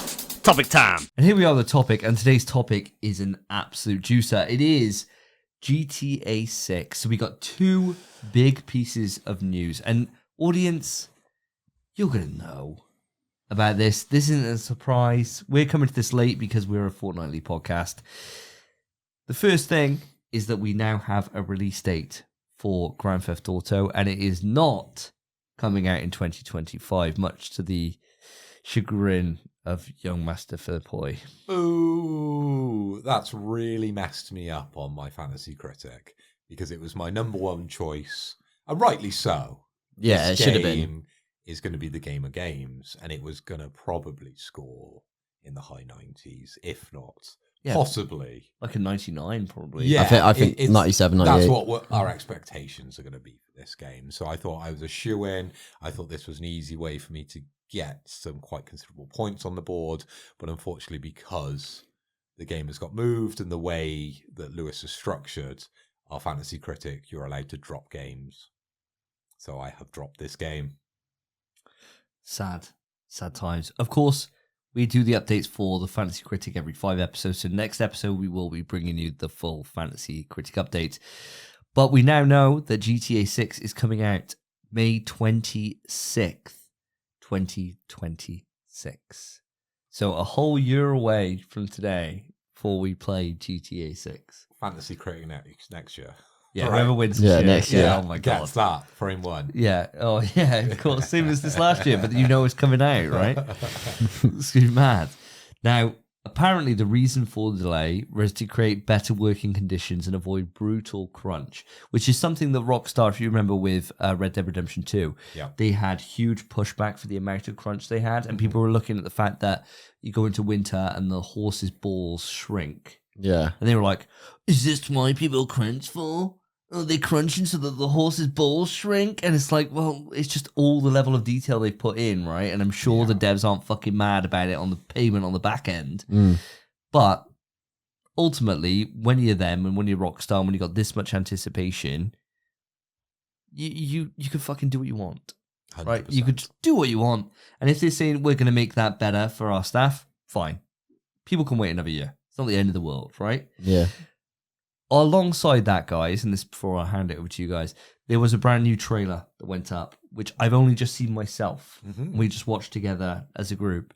And I've avoided watching it because I wanted to watch it on the big screen and just didn't really get a chance until today. So I want to know your thoughts on all of this news, really, to be honest, and how you feel that GTA moving out of this year, how do you feel that's going to impact the rest of the games that are that have been announced, or that we're still waiting for release dates as well? I'll come across yourself, Mr. Hoy. I want to come across you for kind of everything GTA. Take it wherever you want, pal. Wow. That's a huge bunch of questions, and I really want to give GTA some praise here, because the level of quality that we're seeing in every regard is the highest I've seen it in video gaming. And it's head and shoulders above everything for good reason, because we've waited so damn long for this. We've anticipated it, and then pushing it back, I ultimately don't mind, as much as I'm a little pissed off, because for selfish reasons, the fantasy critic, I'd rather them take that extra bit of time, for that extra bit of polish on it, to make her bum wiggle that just a little bit better. Yeah. You know what I'm saying? Because in that video, they are really concentrating on the finer details, and it's perfection. I never been a GTA guy outside the originals on the original PlayStation, which is the top-down view. All the 3D stuff has always just kind of passed me by. Obviously, I've played a little bit at people's houses. Yeah, of course. Feeling like you're naughty growing up, going in the back, shagging the prostitutes, killing them, etc., etc. But I've never really played the story. I think this one I'm going to be in from the beginning. I'm going to be in a big way. I have the PlayStation 5 Pro ready to go, and it's purring. And it's ready for a really big game, and I believe this is the game it was made for to play. Oh god, yeah. Yeah, 100%. There's some absolutely fucking nuts amount. Like after this trailer that went up, the PS5 Pro sales surged 216%. Apparently. I'm not surprised. You are not going to find one for love or money when we get close to May next year, or even just next year. Next Christmas, no one's getting a PlayStation 5 Pro, because no one ain't going to find one. Yeah. Unless they want to go to eBay and spend $2,000 with the seller Venom Phil. Because I may have bought a second one. I haven't yet, but I might be tempted. Yeah. This feels like a money-making opportunity, and this seems very, very easy. Yeah, it does. It does. And it certainly makes a fucking insane case for the Pro, doesn't it? You know? Yeah. Especially if there's a difference in the PS5 base runs at 30, Pro 60, right? Oh, I'd have to buy one. I wouldn't play GTA at 30. I wouldn't play it. I think it's going to be 30. Mate, fuck me. That trailer was 60. And it didn't say running on PS5 Pro, it said running on PS5. That trailer was 60, 100%. You reckon? 100% that trailer was 60, yeah.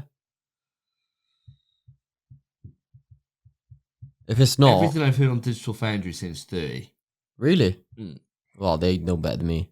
But it looked 60. If it's, to be fair, there's like a weird space where Horizon Forbidden West is 30, looked 60. And there's like a weird trick. I don't know if it's like... so polished. Yeah, it's like frame pacing or something. Yeah. They're doing something special where it might be running at 30, but it's like AIing in the other 30. Who knows? But it just makes it look 60. Well, that would be the Pro, because that's what the Pro does. That is what the Pro does, yeah. But it looked smooth. Yeah. So if it's a smooth 30 where it feels like a 60, yeah, it's fine. Yeah, it's when it's like... It's juddery. Like Spider-Man, I couldn't play in 30. Ratchet, I hated in 30. Demon Souls, I hated in 30. Like, Demon Souls especially, I could not do it. Fine.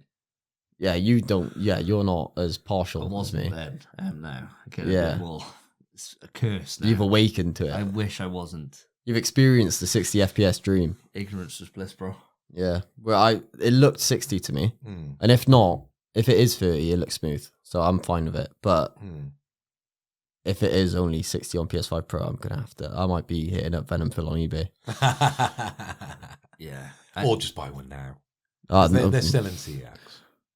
I mean, the thing about it is that now having this release date, I think this is why now we're starting to see. We were talking about it earlier with like EA, Yes. talking about how the fact they're moving up Battlefield, stuff like that. For everyone that's coming out this year, must have breathed a collective sigh of relief, right? To know that, thank God, we don't have to compete with this year. Yeah. And at least now having the date, they've been very courteous by giving a date of next year, because everyone can look at their release schedule And plan around think, it. Yeah, we got to move. But I think, and in the case of EA, and they've done it in the past, where they've tried to maneuver their games around other games, they brought things out way too early, and we've suffered because of it, right? Exactly. So you're going to find a little bit of that, because people will want to get their game out way before GTA, because if you wait till after, you ain't getting played. No, Because people are going to be locked into this game. It's going to be a monster. exactly. Like anything that was slated for May next year ain't coming out. No. Any time after. No. Like, all the run up, sure. Probably right? until July. Yeah, I think June's not going to see a single release either. No, maybe indie games, sure. Not a single AAA publisher is saying put it out. July is going to be like ropey. ropes. Mate, I think the rest of 26. I wouldn't. People are going to be playing that game for the next 15 years. Yeah. GTA 5 is still number one. we know immediately, like even before it's coming out, that it's going to be the biggest entertainment launch there's ever been. Yeah, right? easy. Like 100%. They said it every single time they come out. I think for me, looking at this year now, the thing I'm interested in is we got Summer Game Fest in about 3 weeks, right? I think it's June 6th. Soon, yeah. I wonder how many of those trailers are being reshot now with 2025 dates. Because they had 26. Yeah. Yeah. There's going to be a couple. Yeah. If not a fair few. And I wonder how many games where they didn't have a date because they were kind of anticipating that we probably won't be able to go this year because of GTA if it's coming out in like September, October, November, around there. And now thinking, oh my God, that window's clear. At the moment, it's just COD. It's just like any other year. Now, this year, we can fucking go. Yeah. And they think, we could fucking do it. And I wonder how much them just having that date has just shifted everyone's plans, like, and not just the ones that were releasing immediately then, for the ones that think we can take up the void that's left. I think you'll quickly see, because in the next presentation, you'll see confirmed dates for other games. Where before you would have just got summer, winter, fall. I think you're going to start to see more nailed on dates now in the next presentations we'll see, because people will just want to queue up in front of this game and get their sales in. You have to get out if the before game's finished. Yeah, I was just saying, such a people are detriment. just going to bring it out. As much as it's a smart move to get it out beforehand, which obviously it is, but it's not a smart move to release a game that's not finished. No, and I think the issue is, if people start thinking it's got to be out before GTA, it has to be. Crunch is going to hit an all-time high, which is apparently gaming's biggest complaint, and it always has been. Deal with it, I suppose. From who? Mate, people always complain about crunch. Trust me, we don't give a shit, but people always complain about crunch on Twitter. Everyone's up in arms about it. I'm like, fucking... Yeah, but people don't live the real world, do they? That's the problem, is that these people are working like they're 9 to 5 in fucking, in retail. Wherever, like a retail, whatever. They have no idea what it's like to deliver something that you've been working on for years and years and years as a project. Yeah. Well, I was... No idea. Like, it doesn't work like that. I don't think a single person in Rockstar wouldn't want the crunch on GTA 6. And I wouldn't want someone working on a game like GTA 6 that wouldn't be down to crunch for it. Dude. You need that kind of dedication to the game to deliver the masterpiece that it needs to be. Well, that's part of the reason they're delaying it, Spence, that came out in the second article, wasn't it? That you alluded to at the start of the topic, that they're doing it because of the crunch. Which it makes perfect sense. I'm game as fuck for that. It's fine. But if it was 2025 release, fucking crunch. Yeah. You'd need it. Yeah, you would. This game needs to blow everyone's tits off. It has to. Yeah. I mean, speaking of blowing everyone's tits off, like, getting into the detail on this trailer, fuck me. The things I just picked up just from watching it there, which I don't think I've seen before. I'm really trying to rack my head the entire time. As soon as I saw it, I was like, fuck, I don't think I've ever seen that. It's this really minor detail. I don't think I've ever seen a t-shirt crease when someone's walking before. Oh, that's what you're on about. It's fucking nuts. Like, to have that level of just... He was just walking, and his T-shirt on the back of him, right near the bottom, creased as he walked, and I thought, huh? Like, what the fuck? Like, it was nuts when, in The Last of Us 2, when Ellie took her T-shirt off, and she was covered in bruises, that was nuts. Never seen that before in a video game like that. Like, where it's a fully its own texture, its own thing. Yeah. And I remember when I played that, because Karen's playing it through, and I got past that bit, I was like, that bit blew my fucking mind. When I saw this, she was like, you should took a T-shirt off. It's like, you have no idea how complicated that is. Yeah, if you've been playing games for the last 30 years, you know. That's so complicated. To have it so that you've got just an item of clothing, which there's going to be millions of items of clothing, where they've just devised a whole clothing, like, fucking... It's physics. Creasing thing. It's a physics system. It's a flowy thing they wear, and it just creases to the physics.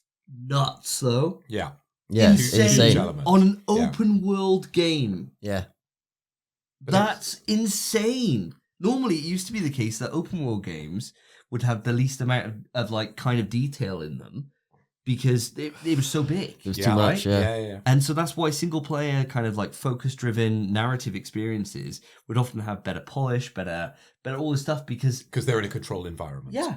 Whereas here we are getting stuff that... Yeah, but GTA's always been the exception to that. Always. Not always. Even when you think back to like GTA 4 or whatever, like there were games that were coming out that was like single player experience games that looked better, like way better than GTA 4 did. GTA 4 looked fantastic for an open world game. That was always the thing. It was like for an open world game. GTA 5 didn't look fucking insane on its release. It looked good, but it was for an open world game. It was fucking nuts. I thought it looked pretty insane on its release, mate. Do you? I didn't think it looked like that, like worlds apart. That trailer looks like the best game I've ever seen in my fucking life. It's the next level. It's the difference between SD and HD. Right? Yeah. It's that kind of jump, I feel. And yeah, I think it is. That's the best comparison I can put together in this short amount of time because we've only just rewatched the trailer and it is beautiful. And I think everyone picks up on like individual elements that just blow your mind. You looked at the T-shirt, I referred to the girl's ass, but even if you look at like his arm with the way the sweat is moving around his veins, fuck, it's like, nuts. It's wild the amount of detail that is in this game, and they're going hell for leather, and I'm there for it, man. Mate, they should do. The thing I pick up on, I can't believe you picked up on the shirt because I thought that's such a no thing. Just the NPC interactions, what they're doing, like seeing someone just leave a shop with actual stuff they've gone in the shop to buy. Like usually you'd see, even in GTA 5, you'd see someone go into a shop, walk around a bit, and leave. Never buy anything because they can't. It's too complicated. You saw someone walking out with a 6-pack of beers. I was like, fucking hell. Driving past, someone's calling your name and he smiles in the car when it happens.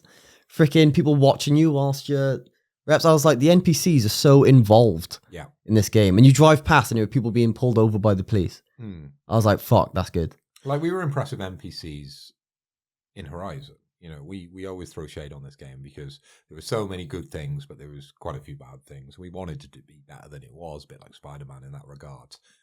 But we were just wowed that wherever you went, the story continued, and they kept the narrative relevant depending on who you spoke to at what point, right? And that was wow. And good facial animation. And facial. Yeah. It looked real. But this is the next level of that because it feels even more real, right? It's still got a cartoony element, I want to say. Now, I was watching Maximilian, and I watch his stream quite a lot where he does reactions of certain things. And one of his comments was that it had almost like a Capcom element to it. If you look at some of the characters and their designs, especially on the website, they almost have like a toon element to it. So they're going hyper realistic, but they're keeping like a stylized version of a person because that person didn't look real. It's very close to being real, but it's almost a cartoony take on a very real person, if you get me. Yeah. And he also brought up the website's fucking crazy, and I've looked since, and oh my god, I get off on websites, right? We all do. We're all on OnlyFans, but I make websites. I make websites for a living, And that website, wow, it's all parallax and it all moves at different levels, and it shows you all the different stuff that's going on in GTA, and you can break down all the different like parts of the island, and you can like see all the different characters. Oh wow! I need to check this website. You can Bloody hell. really just like look at the minutiae and the detail and the focus that each one is trying to tell you, and they are stories in their own sense. Fuck, man. Damn. It's crazy, Dude. There was so many things in that little trailer that just scream just what happens when you have unlimited budget, Yeah. time, and focus. The issue is, I have one qualm with the trailer. One Oh, issue Oh, is that it's clearly all in engine. How much of it is in game? Because it all looked cutscene. It all look like cutscenes, yeah. All of it looked like it all cutscene. Other than maybe like the one you drive in the street and a plane flies over, and it looks gorgeous. By the way, I thought it was the most pretty part of the trailer. That part. Is it a cutscene, or are you actually just playing the game? All of it looked to be cutscenes, even if it is in engine. Because like Last of Us looks gorgeous in the cutscenes in engine, the gameplay looks a little bit worse.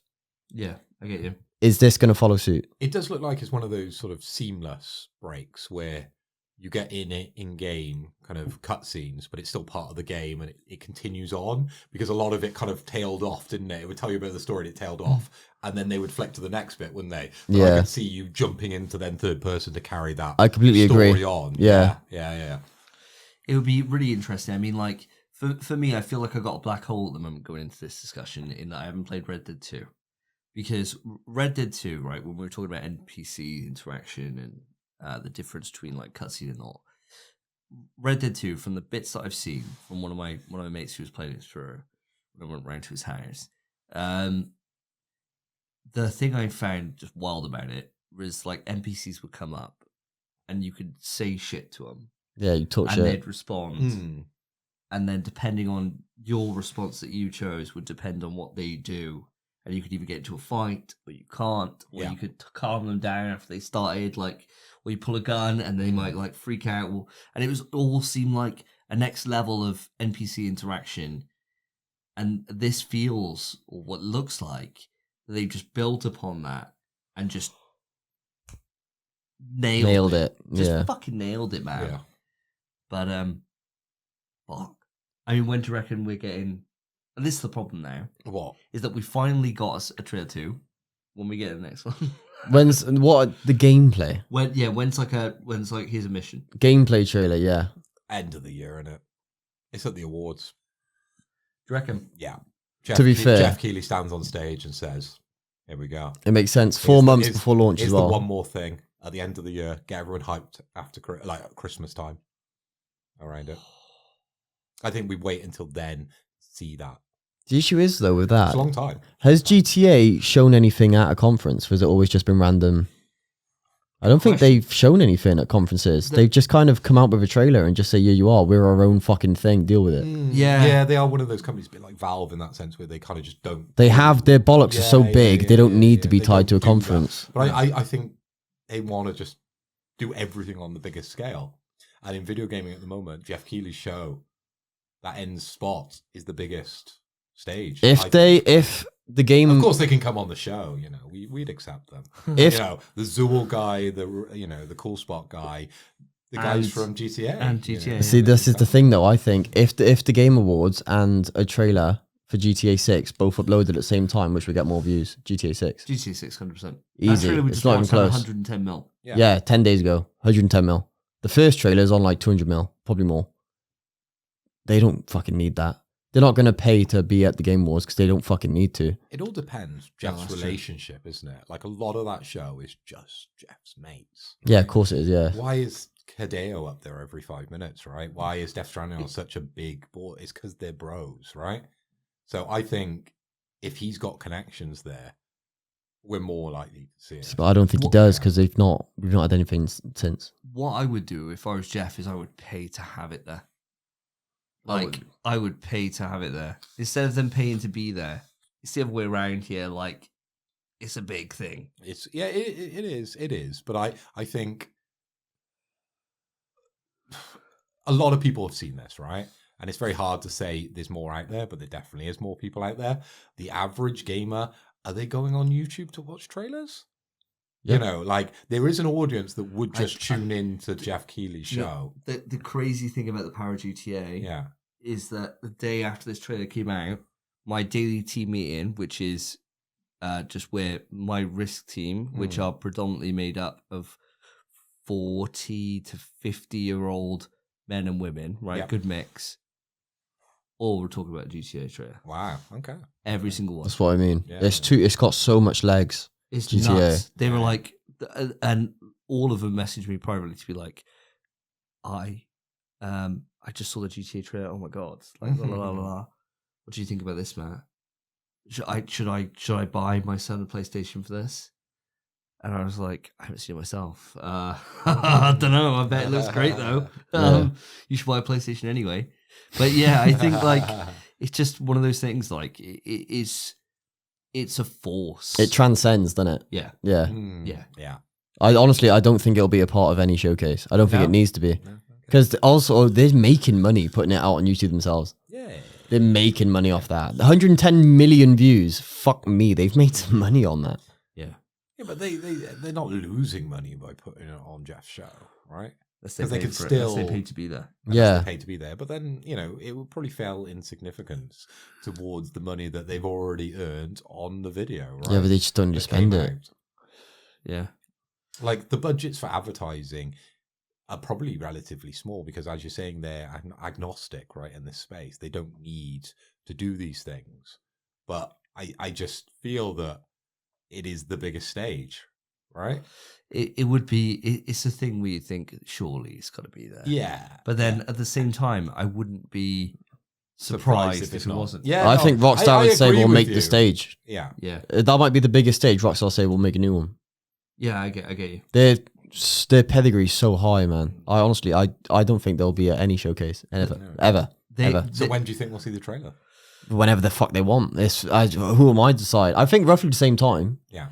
Or like end of year. But 4 months prior, December-ish, so people get excited pre-Christmas, buy a PS5 Pro, and then they buy the game when it launches. Yeah, makes sense. Pre-Christmas, 100%, but close to then. It looked like at the moment that there wasn't a clear tie to a marketing brand with anyone yet. No. Like, it said captured on PS5 Pro, but then it also said also available on Xbox, right? Like, on there at the same time. Captured on PS5, sorry, not PS5 Pro. And also available on Xbox. So it doesn't look like anyone's quite got it on their platform yet. I wonder how those talks have gone. Actually, I'll tell you what, that actually makes me feel more confident with the FPS because it said Xbox Series S and X. Yeah. If they've got that shit running on an S, definitely runs on a PS5. Yeah. Because you got to think of how much difficult they had with just Baldur's Gate 3. It took months for that to come to Xbox because they couldn't get it to run on a Series S. If they've got GTA 6 run on NES, we're laughing. Yeah. The only logo we didn't see was Switch 2, wasn't it? It's not a world. Yeah. It's not a fucking world. If I'm playing GTA 6 on my Joy-Con 2, I'm fucking... There's a little mouse. Fuck that, Great. mate. Little camera coming up. Yeah, you get to shag the bird with your mouse. Brilliant. It's never Not a world, man. So, Nintendo would never allow it anyway. It would... Oh, mate. They'll have Hentai Island before they have GTA 6. If Nintendo could get GTA, they would get GTA, bro. They're not dumb. Like, they're not dumb. They would fucking... Anyone who could get it and would say, nah, we don't need it.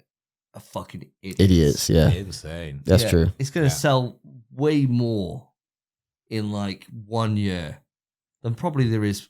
I wouldn't be surprised if we get to the end of next year and it's sold, I don't know, 50 odd million units. I was going to say more than that. Like... What, pre-order? Not pre-order, no. What, man, fuck. Can you imagine what the pre-orders would be like? Yeah. Can you imagine the pre-orders being like 20 odd million? You're like, how the Yeah. fuck do we even Mate, produce this? yeah, They're going to be higher than 20 million, I'll tell you right now. Day one, do you reckon? The pre-orders before launch were higher than 20 mil. Easy. Think of the GTA 5 sales. Think of how many people are waiting for this. But that's going to be a concern for them. That's going to be a problem for them.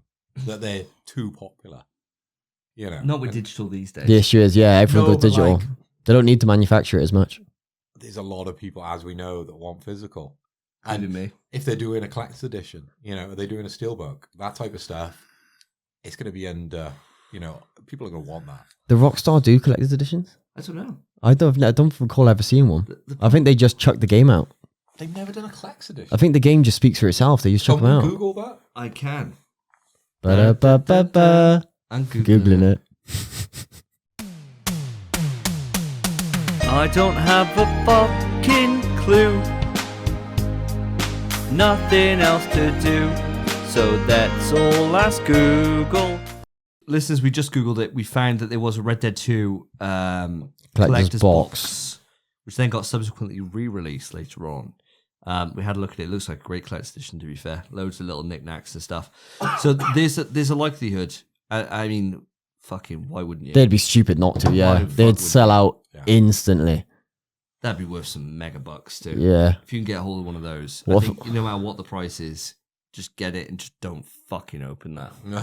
Just don't touch it. It's like the fucking Ark of the Covenant. Just keep that shit.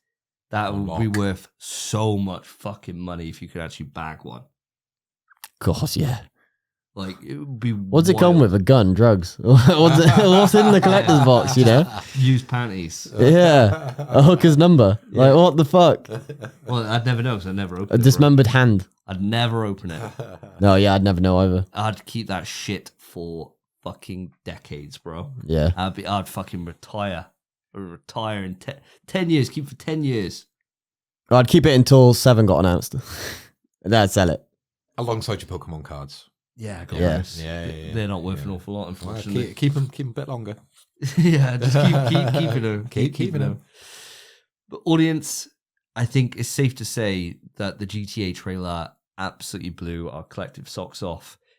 Cannot wait to see more. Hopefully before the end of the year, but I think Phil's quite right that we're probably looking towards that time.